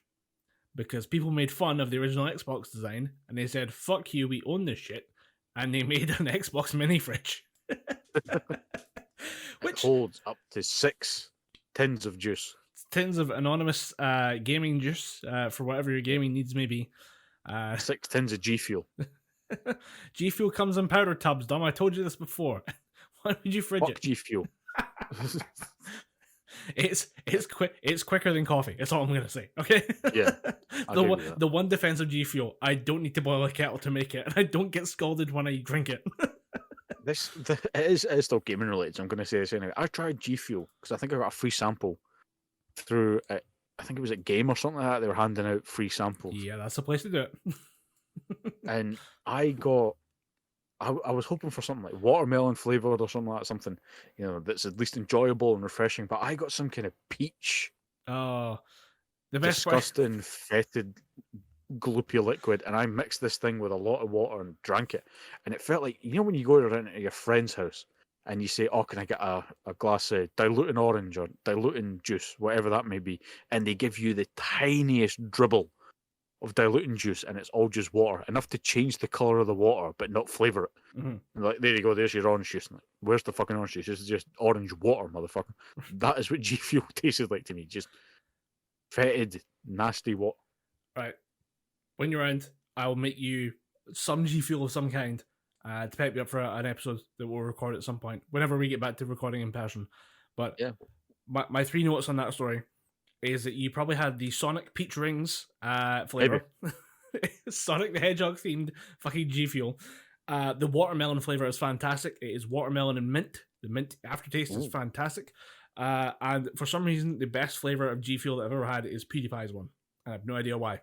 It is cranberry flavored and it's amazing. There's also, for some reason, my first attempt at drinking G Fuel, I felt like I was going to get a heart attack. Really? It was bad. I was sitting there sweating. I was like, oh. Didn't help that I've now went on to read symptoms of caffeine related heart attacks, and they are horrific. When someone overdoses on caffeine to the point of dying, it is possibly one of the scariest experiences I've ever read in my entire life. It is people talking about finding their children slumped over, convulsing on the toilet, and just trying to get them to start breathing again normally, and they just can't. And I'm like, oh, that almost happened to me. You're like, oh, that's bad. But it's G Fuel is good. You just have to learn how to make it. It's like You have Kool-Aid. to mix it properly. You have to know the right mix of water and horrific powder to get yourself to not have a heart attack. Jeez. But yeah, the cooler is coming out. I don't actually know when it's coming out, but my favorite part was it pops up on the screen with like it's the usual Xbox trailer of you're like dolly zooming in on an Xbox product. It's rotating in green light. It's all dark. It's all matte black, and then all of a sudden it just says Xbox mini fridge, and underneath, yes, we are really making this. I like. I don't even own an Xbox anymore. I kind of want one of these things just to have it because it's got the weird, horrific green inside light and has all the lighting and stuff on the inside. And I'm like, it'd be so tacky to have it, and it's so fucking useless when you can just go buy a mini fridge and have it in the corner and hold an actual amount of beer or liquids that you want to drink. Or you could have an Xbox mini fridge that costs about 3 times the amount but holds a third of the content. Which one am I on the side choose? of the fridge? It just says Xbox mini fridge. Fuckers, we're serious. Xbox mini fridge. Yes, it's a mini fridge. Jeez. At least Microsoft are kind of not taking themselves as seriously. I think they've made a conscious decision to move away from being as serious and pretentious as Sony are, because I'll give Sony their due. They make good games. They just make shitty hardware to fucking play it on, or shitty, very poor longevity hardware that tends to die out quickly, and they are very pretentious about the presentations. Because I don't know if you remember their last showing in 2020, 2019? 2019. Was that the one when they had an orchestra up here? Yeah, they had an orchestra up here. We talked about that one. That was the one with the flute player, and it was a white guy. The flute player for Ghost of Tsushima. Yeah, people were pissed. Oh, you can't have a white guy playing a Japanese flute, and it's like, no, he's recognized as a master by Japanese masters. He gets to play the fucking flute. He knows what he's doing. Leave him alone. He's good at his job. But yeah, Microsoft just may as well have went, all right, lads, sit down. We're going to batter on with it. Meme time. But Sony were just kind of like, guys, sit down and prepare for an experience. Sit down and prepare to have your oratory experience with Sony IPs. First of all, we have some dickhead with a clarinet. Some dickhead with a fancy Japanese clarinet. He insists you call it the Japanese name, not a clarinet. Yeah, and he will correct your pronunciation even when your pronunciation is correct. And everyone else is just losing their fucking minds, just going, show us the games, you dick. I think they were announcing Final Fantasy VII Remake at the time, and it was just they decided to go a full orchestral rendition of the original Final Fantasy VII intro music. I'm just going, no, I get there's people that want to fucking see this, but there's people like me who are maybe interested in Final Fantasy VII or were maybe interested at the time. The combat needs to sell them, and the trailer needs to sell the game to me. Right now, you're just fucking annoying me. Like, get off this. Tell the orchestra to sit down and go home and show the fucking trailer. Well, I think the difference is that Sony wants to make you feel an experience and recognize a symphony of emotions running through your body. Whereas they're Xbox, probably the kind of fuckers that if they were putting houses up for sale, they wouldn't call a room. They would go, here we have a sleeping space. Here we have an entertainment space. Fuck off, it's a living room or a bedroom, you pretentious cunt. What you're saying is they moan when they wipe their arse. Aye. And we have Xbox who are like, who wants to listen thank the toilet paper as they flush it. Thank you. Thank you. Microsoft, on the other hand, are just like, who wants to blast Motley Crue, do some Jack Daniels, and let's listen to Keanu Reeves talk about a fucking samurai. Yes, let's go. Yeah, let's just fucking do it. Let's go, gamers. Yeah. Xbox meme their way through conferences, but at least they have something to show you. Yeah. They started saying stuff like, Xbox games are for, casuals. PlayStation games are for gamers. Like, fuck off, they're both for gamers. Clearly, one company just cares more about giving us games as opposed to the other company. Microsoft at this point are all about giving a large library of games to play. That is very evident through Game Pass and shit like that.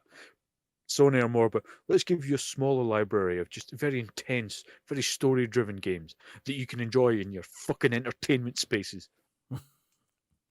I think actually the idea that Microsoft are like, oh, we have games, we promise, is a big thing.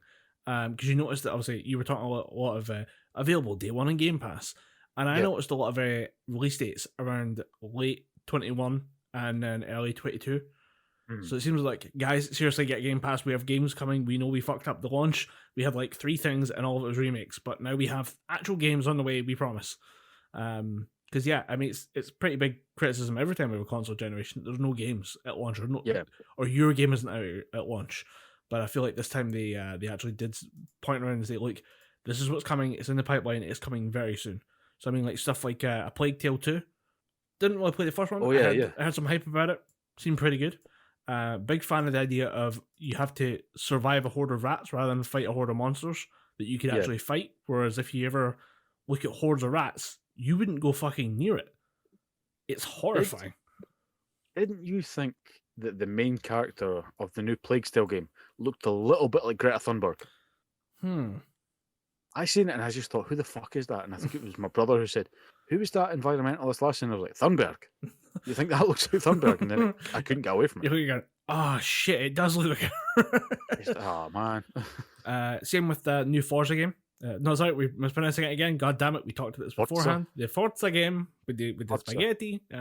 You're driving the car and need some of my mama's fresh spaghetti. I'm not gonna lie, they know exactly what they're doing. They're like, guys, here is the car porn, and you're like, car porn.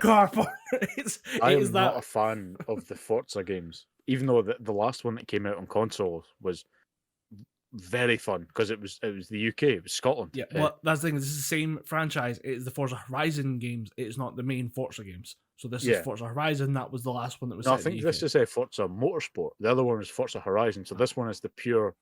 I could have sworn it was Horizon in this one as well. All right, cool.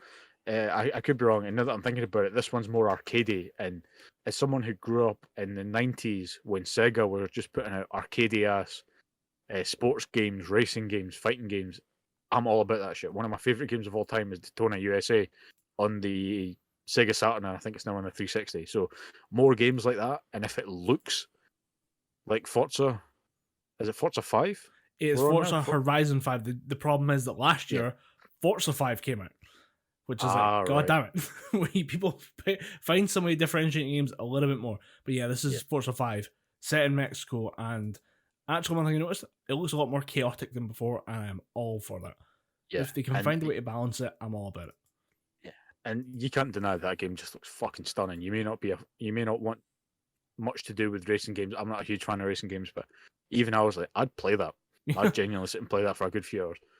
I think that is the test of, like, when you watch these shows, it's like, are you inspired to pick up the game? Are you actually going to go, like, you can sit there and go, yeah, it was really, like, I saw the trailer for Sea of Thieves with Jack Sparrow, and I'm like, cool, I don't give a fuck about Sea of Thieves. You didn't convince me. You didn't win me over. Sea of Thieves is actually a very fun game, right? My brother downloaded it on my Xbox One, which is still, God love it, trundling along the... runs a bit loud when you ask it to play digital games or games that are on the hardware or on the hard drive. But it still trundles along. I can play disc games on it fine. I have to clean the dust out every so often. But I've been playing Sea of Thieves, and my niece is starting to get into video games, and I'm hell bent to steer her away from Minecraft. She likes it. It's not too big of a deal. But all she does is build things, blow it up, and build more things to blow them up. She's either a genius or an idiot. Or both. Yeah, she could be both. But I was playing a bit of Sea of Thieves, and it's just literally, you have a ship, go and sail the 7 seas. If you're really bored, you can fire yourself out of a cannon. Yeah, I've seen that done a few times. I'm like, why did you do that? It's a lot of fun. If you get I can imagine if you get a good crew of people that are willing to play the game and have a bit of fun with it, I can imagine that would be a lot of fun. And if they're adding in more Pirates of the Caribbean theme stuff, it should be worth it. Yeah. I did see there was a Stalker trailer. I have not played Stalker games before. Yep. It looked good. I think I played. They always do. Yeah, the original one looked phenomenal for back in the day. I think it was Dawn of Pripyat or Dawn at Pripyat. I tried looking through the names of all these, and I think it's like Shadow of, like, this is Heart of Chernobyl. There was Shadow of Chernobyl, and there was one before. For some reason, I think you might be talking about the Pripyat one, which is the first one. Yeah, the first one. Yeah, because there was a separate generation of these games that came out that like no one like outside of the hardcore fans has played. It'll always look good, but whether it plays good, because I remember the original Stalker games having problems even back in the original launch date. So it'll be good to keep a tenuous eye on that. And there was like I was talking about earlier, the multitude of Left 4 Dead clones where we had Back 4 Blood, which is basically just Left 4 Dead but from a different company, and it's basically going to play and look almost the same as the original Left 4 Dead, but a bit more high res, same diverse cast of characters, same kind of. There'll be a tank, but they'll probably call it a boulder or something like that. Yeah. Just legally not a tank, legally not a hunter. Here's the not. Here's the jumper. It's not a tank. It's a howitzer. Yeah, fight the howitzer. Just change your name slightly. So, and I've been looking forward to that. And there was another version of it was a type of Left 4 Dead game, but instead of being Left 4 Dead with zombies, it was Left 4 Dead with dinosaurs. So, as a child who grew up wanting to be a paleontologist and loving Jurassic Park, I am all in for a survival horror themed dinosaur game in 2021 because Dino Crisis isn't coming back. Capcom made it evident that game's not coming back. But why not? It's dinosaurs in a gun. It is, and can you imagine the point where you're playing as what the fuck is her name? Red-haired woman. The name escapes me. It'll come back to me at some point probably. But there's a point where you're playing as the main character, and you're just wandering through I think it's like a meeting room or an office or something like that. You're trying to find a key, or you're trying to find some kind of key item, then all of a sudden just crash into this window as a fucking T-Rex, and your only choice is to back yourself into a corner of the room and just shoot. Regina, that's her name. Regina. You're playing as the main character, Regina, and the fucking T-Rex head just comes crashing through the wall. And, your only choice is to run out of the room or just empty every fucking bullet you have into the big scaly bastard's face. I want to see that in a new game engine. And Capcom would be stupid not to do it because the remakes have been doing well. RE3 might not be a great game. RE3 Remake might not have been a great game, but it sold well. RE2 Remake is, tied for my first favourite game of all time. So, keep the remakes coming. Don't remake RE4. RE4 is perfect as it is.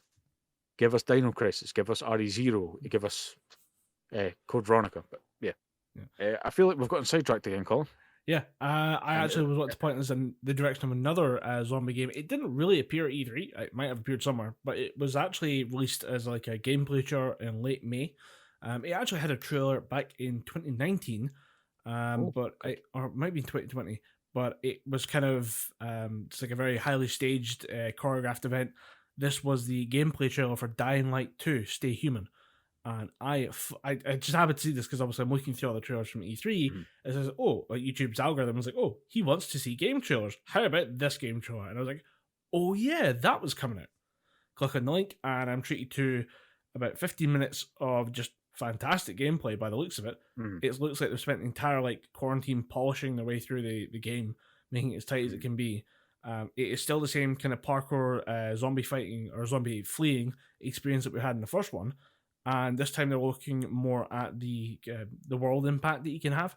So before it was very much kind of it's you against the horde and then some bandits, whereas now it's dealing with a couple of rival factions, and you can choose one side or the other during the storyline, or you can go part of the way down one path and then betray them for the other side, and then jump over. And they do still, of course, have the random marauders who are running around free of any gangs, and they will always fight you. But you can actually work with different groups, and I was kind of interested to see how it pans out. But it looks good. It feels meaty in a way, which was very good.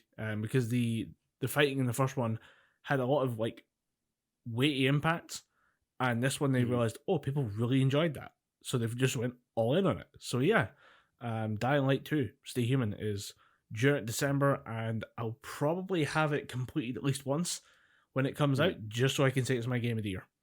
Kind of preemptive on that one, but yeah. There's another Left 4 Dead style game that we forgot to talk about, and that was Evil Dead the game.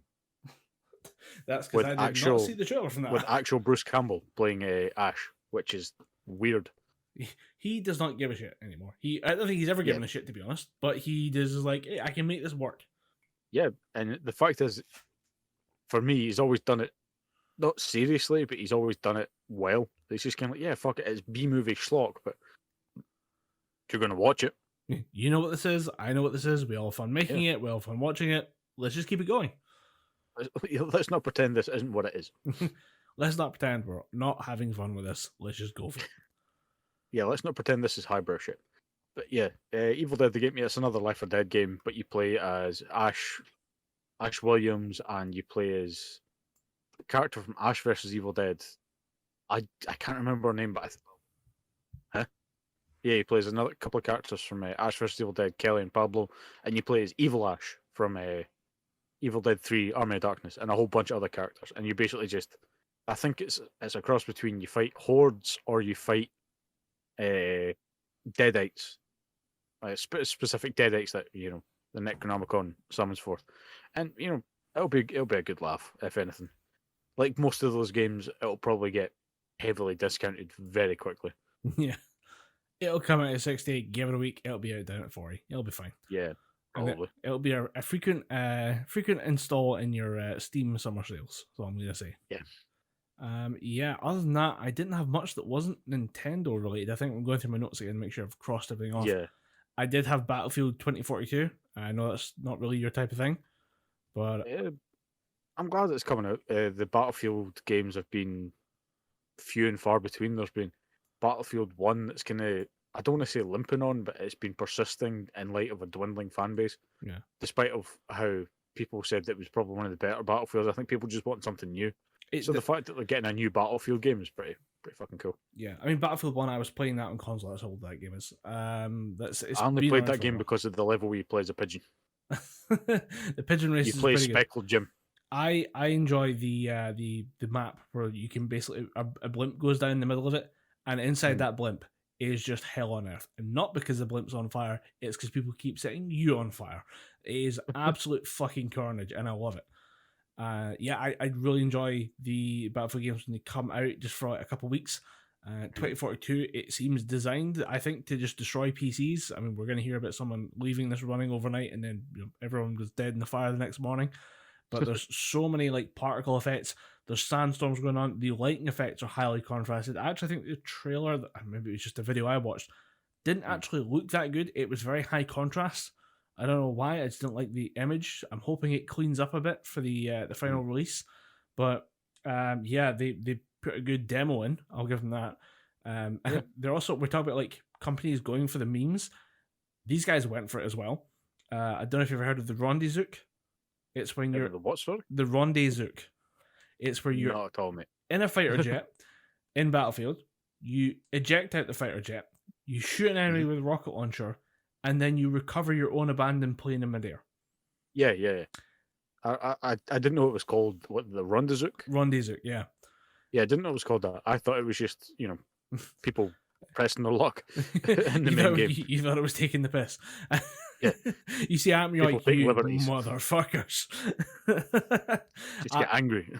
But yeah, that actually apparently made it into another trailer. And I was like, oh shit, I can't believe someone went that hard on the memes. But I did enjoy the fact that in the main trailer, you can see like a bunch of guys covering an ATV with C4, and then one of them drives it into an enemy helicopter.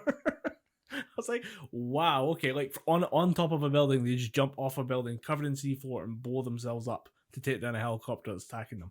Like, that is amazing. That is the exact type of just kind of shitty gameplay you'd expect from Battlefield community. The fact that it shows up in the gameplay trailer, like, okay, these people know what's going on. And you gotta respect that. But yeah, I mean, Battlefield 2042, it's one of those things of like, I'll play it when someone else has it on their console. I don't think I'm going out of my way to buy this myself, but it does look decent. I'm hoping the Battlefield fans get what they want of it, because as you say, like, the community has had some weird kind of mediocre games when it's been a great franchise in the past. You know for a fact that is going straight to Game Pass when it comes out. So yeah. I wouldn't worry about it. I wouldn't worry about having to pay for it at the very least. I think that, as far as my notes are concerned, leaves me just with Nintendo. Yeah, and I think I'm just going to let you talk about Nintendo. You're the resident Nintendo fan, Colin, so I'm just going to let you wax lyrical about Nintendo. As you know, my journey with Zelda began many years ago. When I found a drawing of a man in the green hat that said Link, and it said, Link to what? It turns out that Link was to Zelda. Dom, save me, please. Yeah. I'm panicking. Before the Nintendo conference, Twitter was rife with hashtag E3 is dead, Nintendo please save E3, all that kind of shit. And as far as I'm concerned, they did. They actually announced games that people are interested in, games that people wanted to see, because I think people were expecting more blockbusters, and it was more just kind of, oh cool, that's coming out. Oh cool, that's coming out. But Nintendo genuinely dropped shit that people weren't expecting, things that people have been wanting for a while and have had nothing about. And I think I'll kind of start there with the Zelda reveal. Uh, Obviously, there's been nothing about Breath of the Wild 2 since like 2 years ago when they announced that it was in development. Maybe a year ago, probably a year ago. We've heard nothing about it, and then they announced basically we still have nothing to show you, but we don't have much gameplay to show you, but we have a cool trailer that we've cut together. It doesn't look any different from the original Breath of the Wild, but you're still going to go fucking mental for it because it shows you Link with a weird fucked up gangrenous, or not gangrenous, green looking arm that's all ancient Sheikah technology probably. Ganondorf, you see him for a split second at the start of the trailer, and this game is more focusing on verticality instead of just massive open spaces. You can transcend up into a skybox sort of thing, and you can go through dungeons and shit there. I think it's going to be more focused on the verticality, and there's going to be more dungeons in it instead of having just the trials that took the place of dungeons and things like that. It's actually going to have more Zelda to it, because Breath of the Wild, while it was a good game, a good game overall, was kind of a poor Zelda game because there wasn't a lot of Zelda elements in it outside of Zelda, Link, and the Master Sword, and Ganondorf. Apart from that, you could have swapped out those four aspects and still made a good fantasy game. Wasn't really a great Zelda game in my opinion, so I think they're going back to more of a Zelda-ish roots with Breath of the Wild. Yeah, and watching the trailer, I actually thought they were going for kind of the same. Also, be a bit of new geography in there, some new places, new place to go. But I looked at some of the mechanics on display, and I was like, "Hey, some of those look kind of new. Some of them seem like improvements and tweaks to older mechanics. Like at one point, he's like shooting.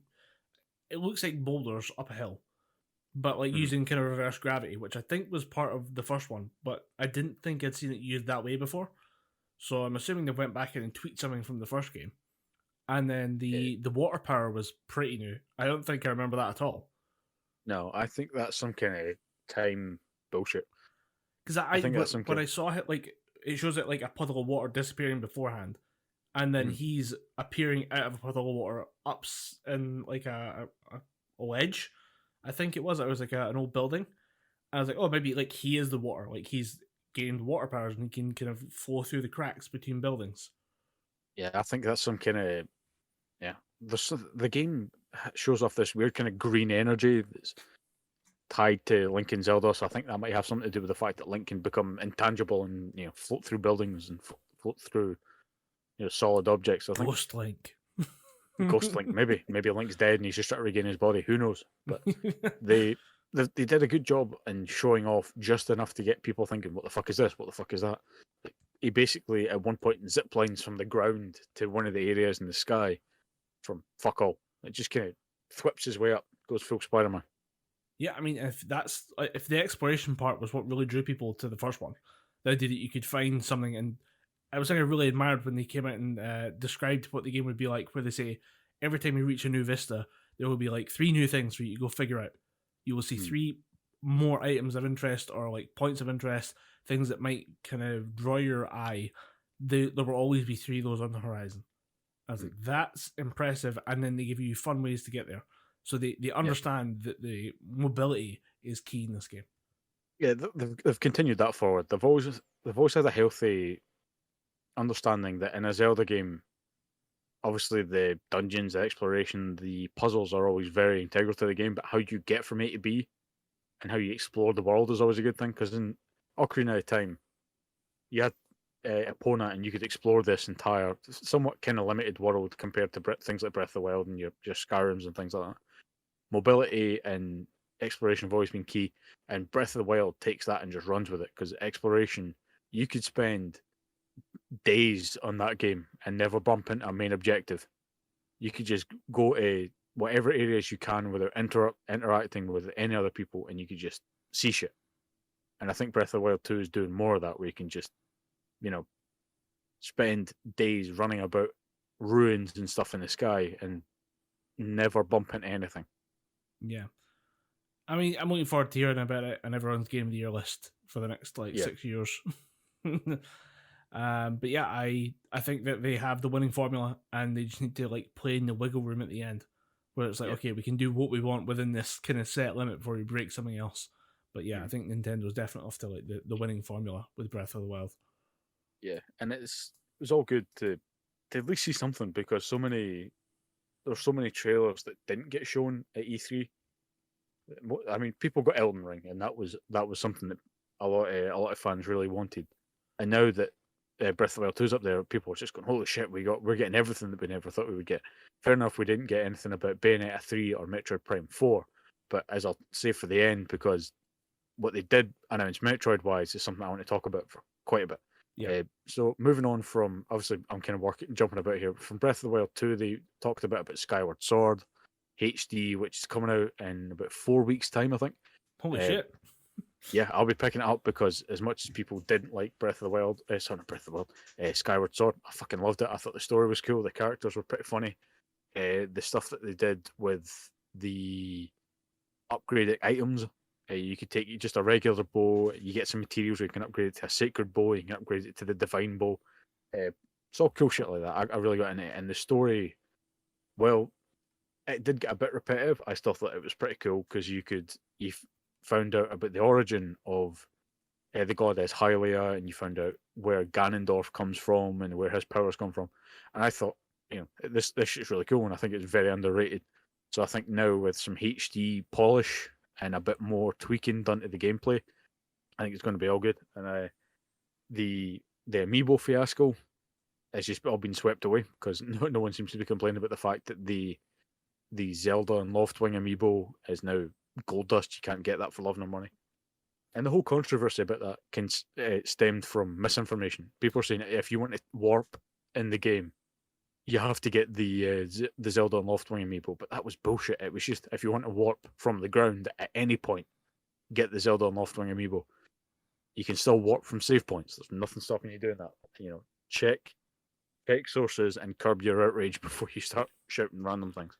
I actually didn't know amiibos were still a thing, let alone, I mean, obviously there'll be controversies about anything gaming, but I didn't know, are amiibos still valid with the Switch, or is it just on other platforms? You can still use them on the Switch. I have 6 unopened amiibos in this room right now, because I realised I don't use them for what they're actually intended for. I don't use them with my Switch, but they're cool little statues. You're not the first person I've heard say that. There's a lot of people like, I just like them. I think they look cool, and it's a solid product. It's official. It's the real thing. Don't get me wrong, I'm not one of those precious collectors that keeps it in the box, because I understand you want to keep it good, and you might. Although I never understood one thing that still kind of sticks out in my head. I never understood why you buy things like that. You're a collector, you're never going to sell them, but you want to keep it good to affect the resale value. Never understood that. But yeah, if I would use them in any way, I'd probably open them. But yeah, I've got about 6 of them just sitting in boxes, because they look pretty cool, and most of them are characters from Smash Bros, with the exception of one. But yeah, I'll probably get them, because it's either I buy a £15 Terry Bogard amiibo to get some kind of Terry Bogard, collectible in this room, or I spend 150 to get a Terry Bogard statue that will take up probably my entire computer desk. Yeah, I think I made the easy option. There's only one real answer to that question, unless you're a lunatic. So yeah, unless you have infinite space and infinite money. Yeah, so amiibos are still a thing, and they're still pushing it amiibo, which I think is pretty cool, because they've realised that if you tie it into some mechanic, people will try and get it. But the only problem is they never make enough. They never make enough, which pisses people off. I can understand why people are against amiibos now. That's been a thing since the beginning. People keep buying them. They're back. But the scarcity thing has been a key almost component of the amiibo fandom. Really, I remember the first lot of them coming out, and there was never enough of any amiibo that was actually wanted by the public. Yeah, I mean, even to this day, there's still a group of amiibo that are fucking gold dust to get your hands on. There's most of them are Smash Bros related, but yeah, if you come across a Zelda amiibo for under 40 quid or something, even if you're not into Nintendo games, just buy it, because you'll be able to resell that for quite a bit. Buy it and flip it. Any amiibo in box can easily fetch about 30 to 40 quid, even though they're about £10 to buy. Which is insane. Yeah, it's weird. But yeah, Skyward Sword, it's all good. People are going to buy it. And I think moving backwards from that, we had the announcement that Nintendo were giving my childhood, a spit shine and a shove to the forefront by bringing back a game called Advance Wars.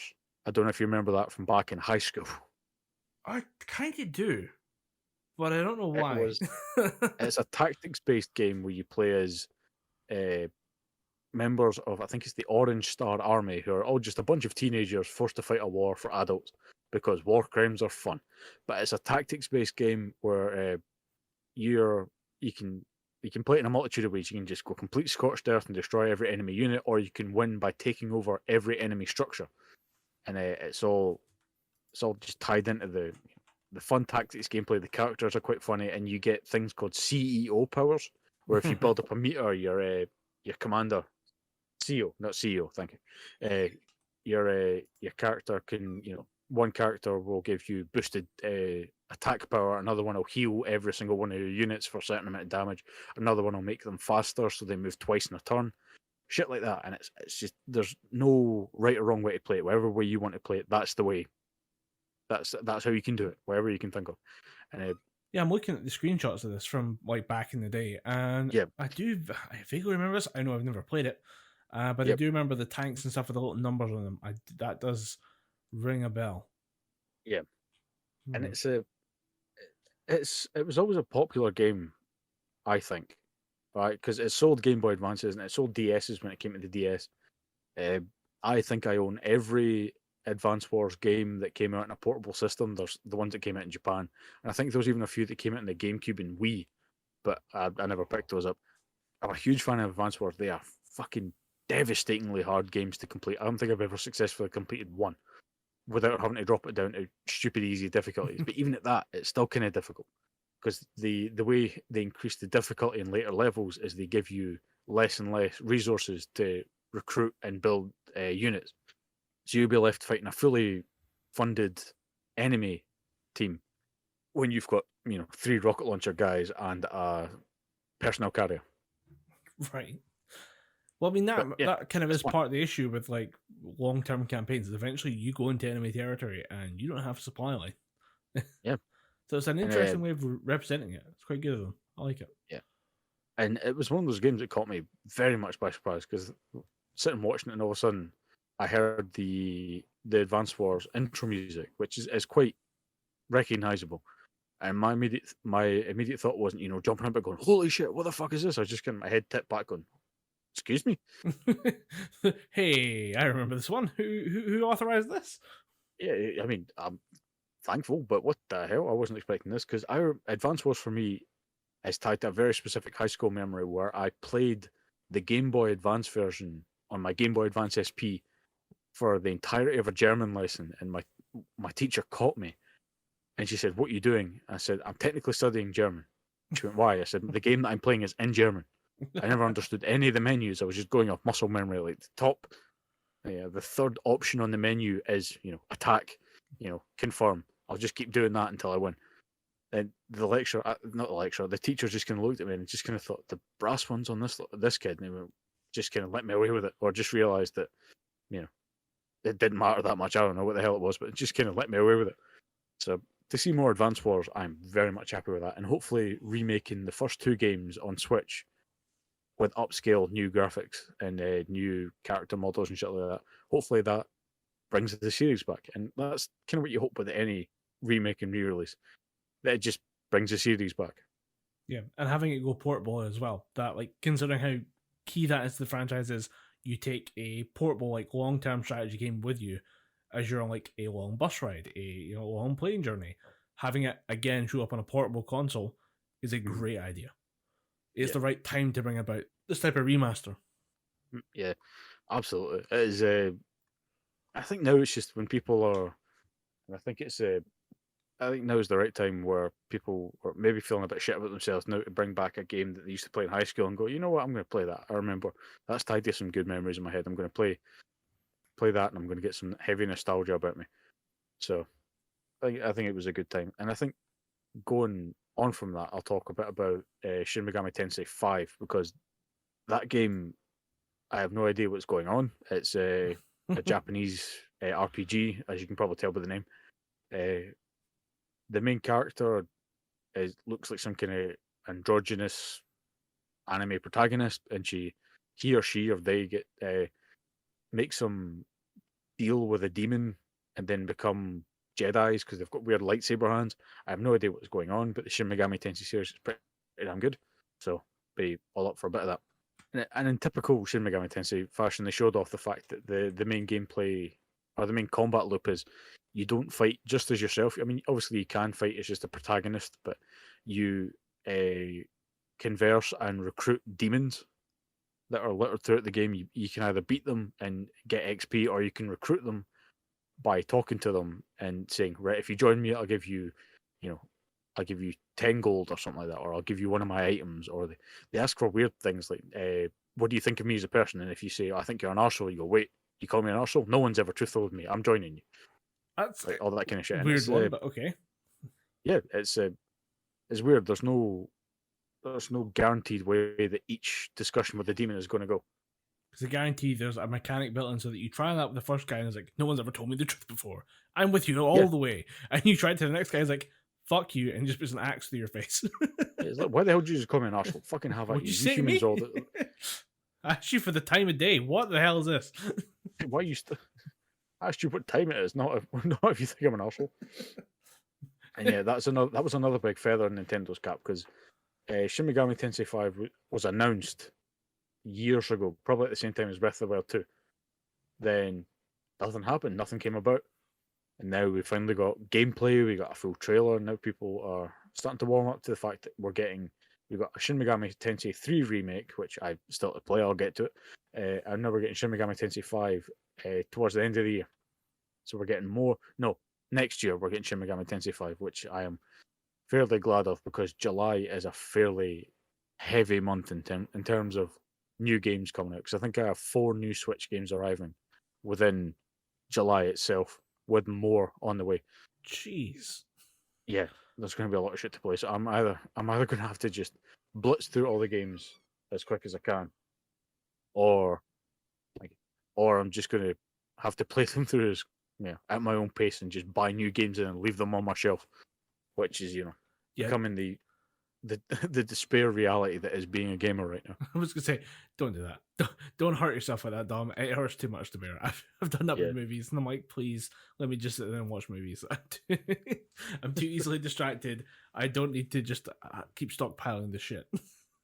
Yeah, it's something that I've noticed with quite a lot of people that I know who stream. They'll buy games, think, "Oh, I'm going to stream this," but they're so used to streaming one key thing, like Argic.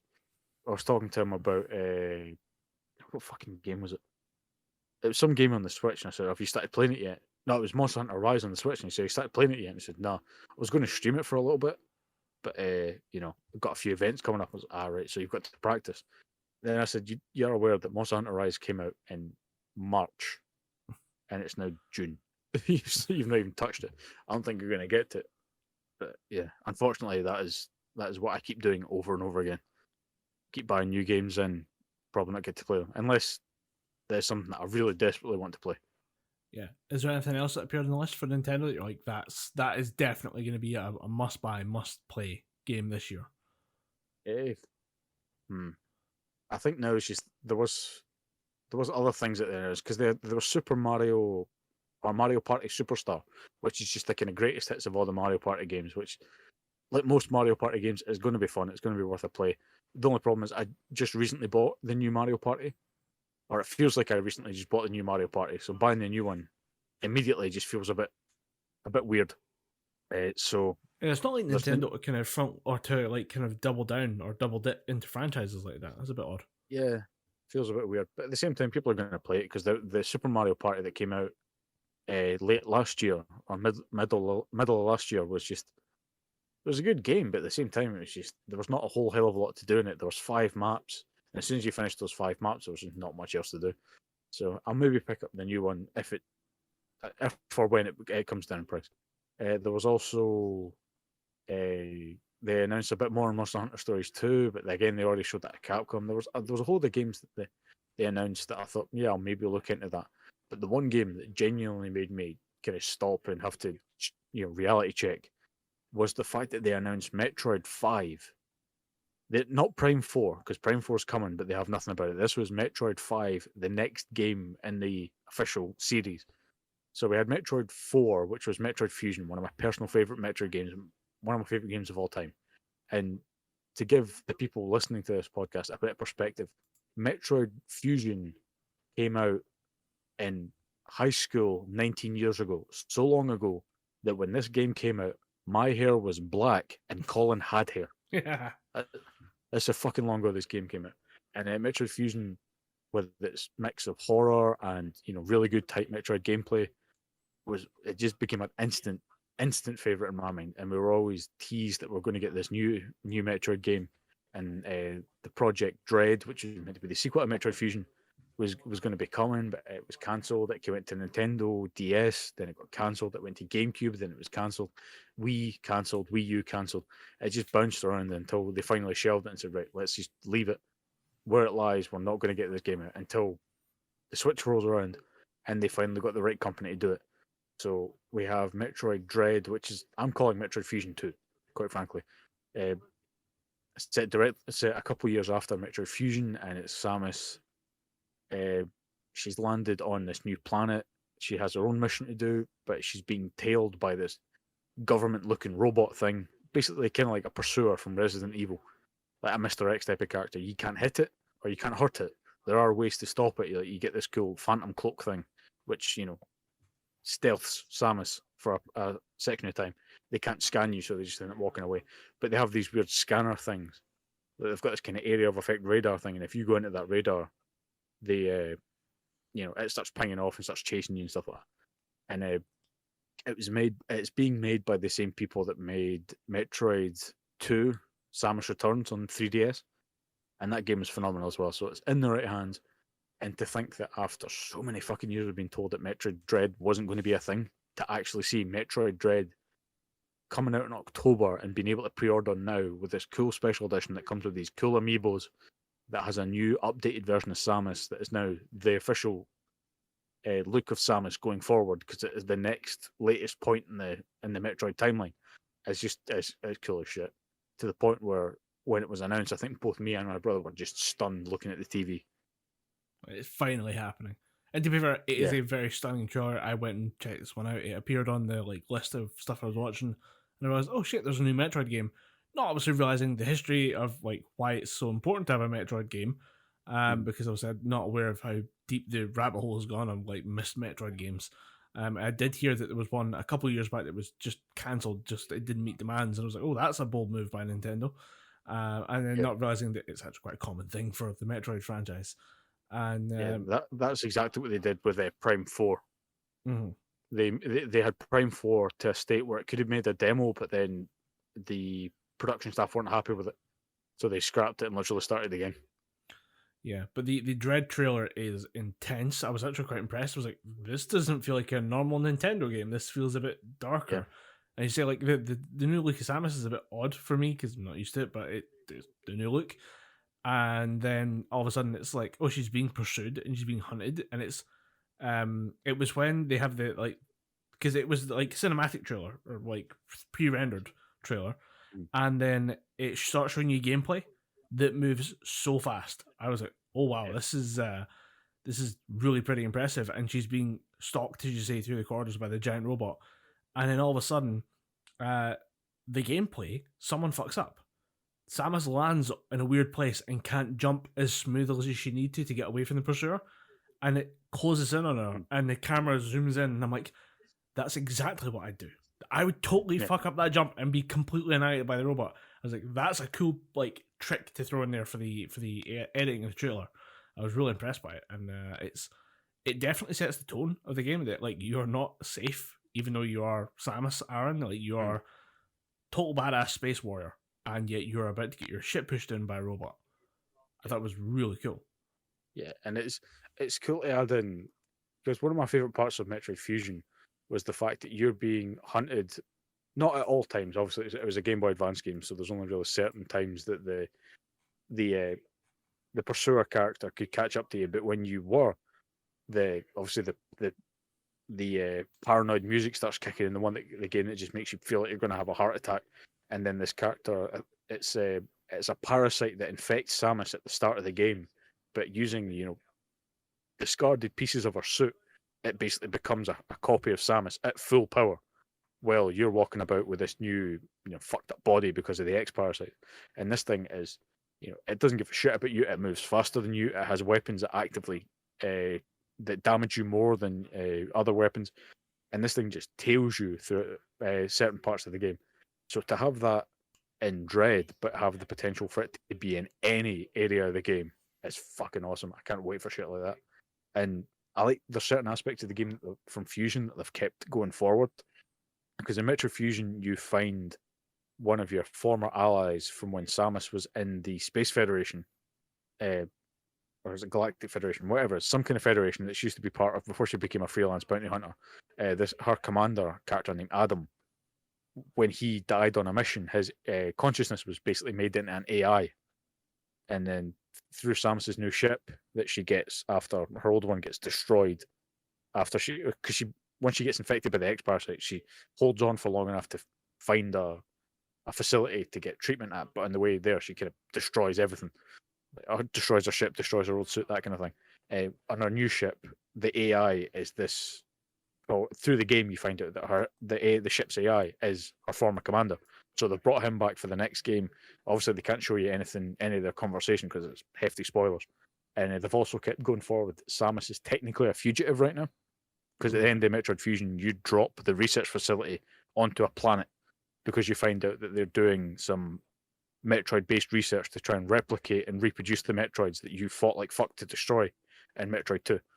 So I think that's how they're going to tie in the Stalker robots, that they're just there to bring you back to the Federation because you cost them a lot of research and a lot of money by dropping a giant space station onto a planet.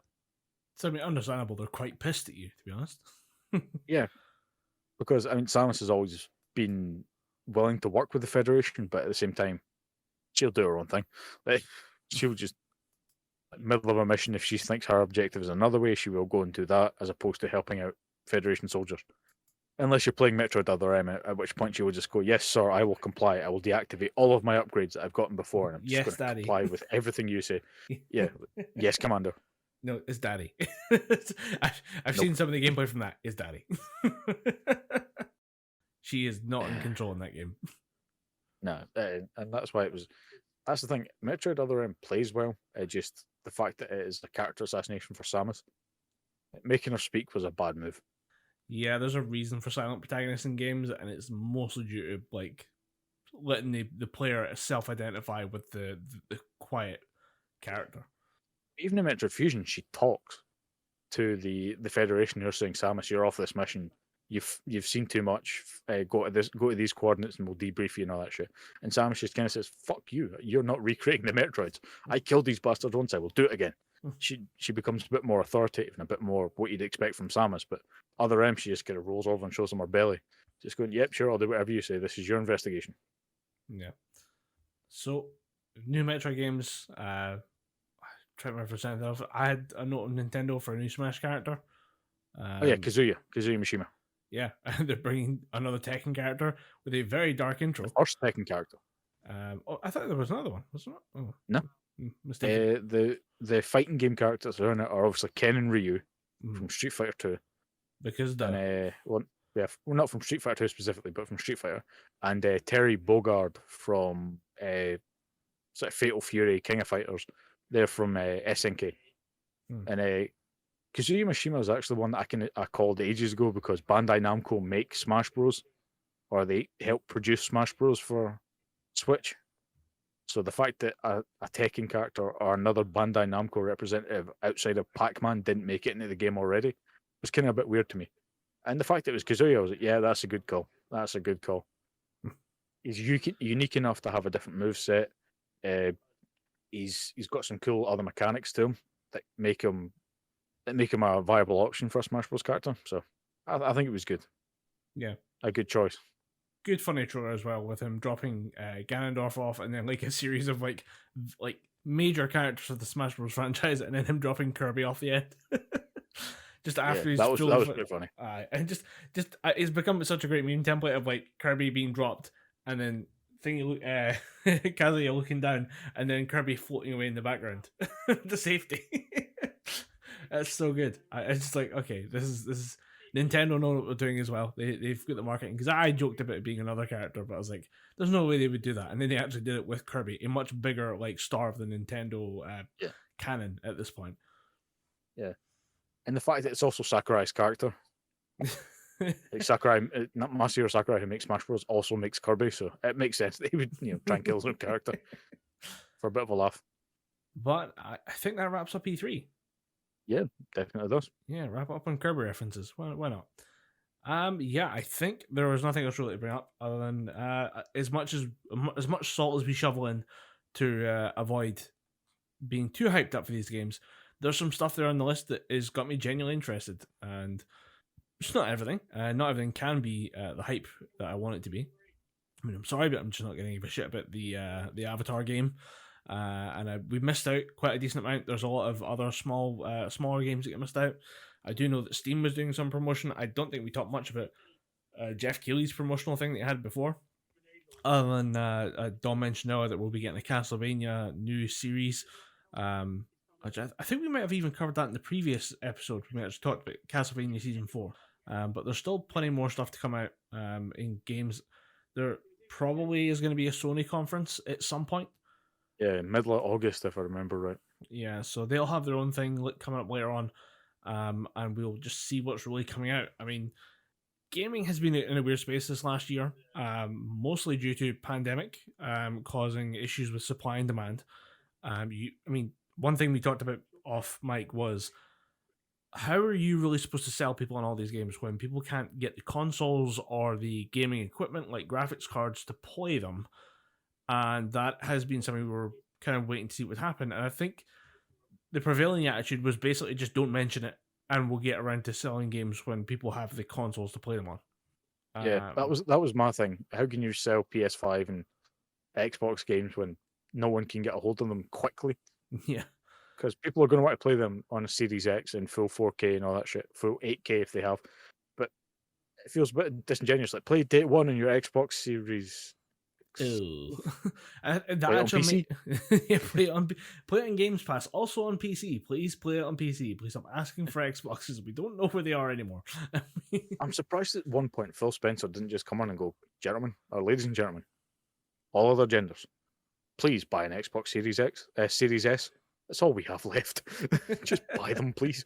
I actually went looking for just because I was seeing all the thing of like, oh, here's the Xbox out now on Xbox. I'm like, can you actually buy an Xbox? And I went looking, and when I googled it, the first thing that came up was Currys, which is a well-known electronics distributor here in the UK. You then had obviously the Amazon link, which was unavailable. The official Microsoft store, which I'm going to say the button was grayed out, but it's greened out because it's Microsoft and memes and marketing, I guess. So it wasn't actually available to configure or sell you an Xbox. And then you had Smith's Toy Store, which unfortunately was down for maintenance as a website when I was looking for an Xbox. And I'm just out of curiosity to see if you could actually buy an Xbox these days. And yeah, it is a lot harder, and the PS5 is still non-existent. I actually am yet to see a PS5 in the wild. I am yet to believe that they are real things. I think they're fake. They are made by the fairies to dissuade us from ever going outside. So I was wondering how they'd handle the marketing for this, and it's just I kind of wait and see, kick the can down the road type of situation.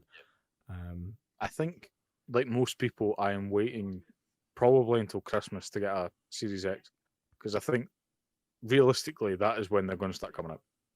Yeah, that's when they're going to start making the big push to actually get them available to everybody.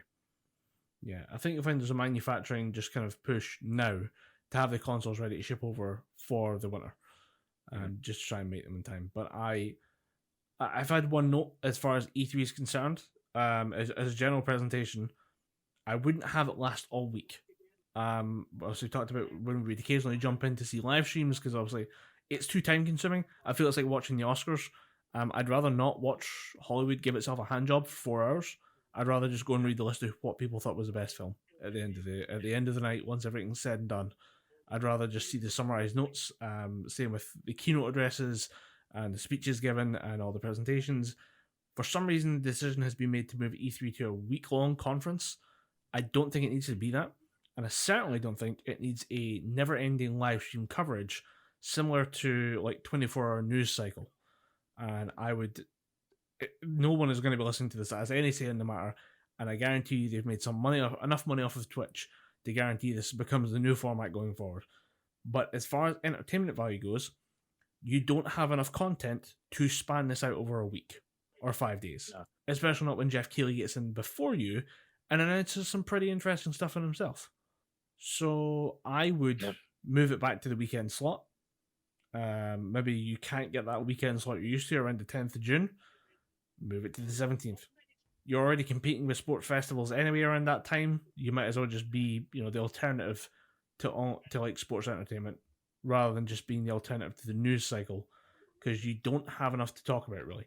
We've managed to condense all of E3 into just over 2 hours, and for some reason, games companies felt the need to just pump it out to about 5 days worth of content with very little to show. And I think it makes your presentations look a bit weaker if you have to just pad it out with runtime and presenters giving like fake lip service to interviews and running adverts between adverts in a weird way, where you have your promotional message you want to get across from other content creators and other like organizations within gaming, while you're also covering what is essentially a giant advert for gaming. I don't think the strength of the content is there as far as E3 is concerned to justify sitting around all week waiting for the news to drop.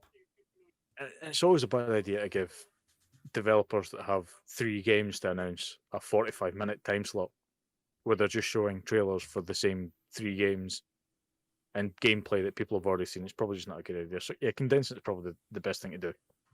But hopefully next year it's live. Mm-hmm. Maybe with some COVID restrictions, even if it is still live. I think that'd be the best thing for it, because while it's probably better and safer to have people indoors, I think online presentations kind of have maybe killed it slightly, as they have with most events. And maybe we can't really keep saying COVID's to blame, but probably COVID's played a part in why there's not many massive announcements. Yeah, I'd say COVID's to blame in terms of like the E3 like lack of obviously physical attention being there. It is in California, who have some of the strictest like controls over the public in terms of what they do with COVID. Because it was like normal, it's held in LA. I don't know where it was actually. I assume it was held in a facility in LA this year, just not with a very public face. And I think they all knew they were never going to have a public E3 this year.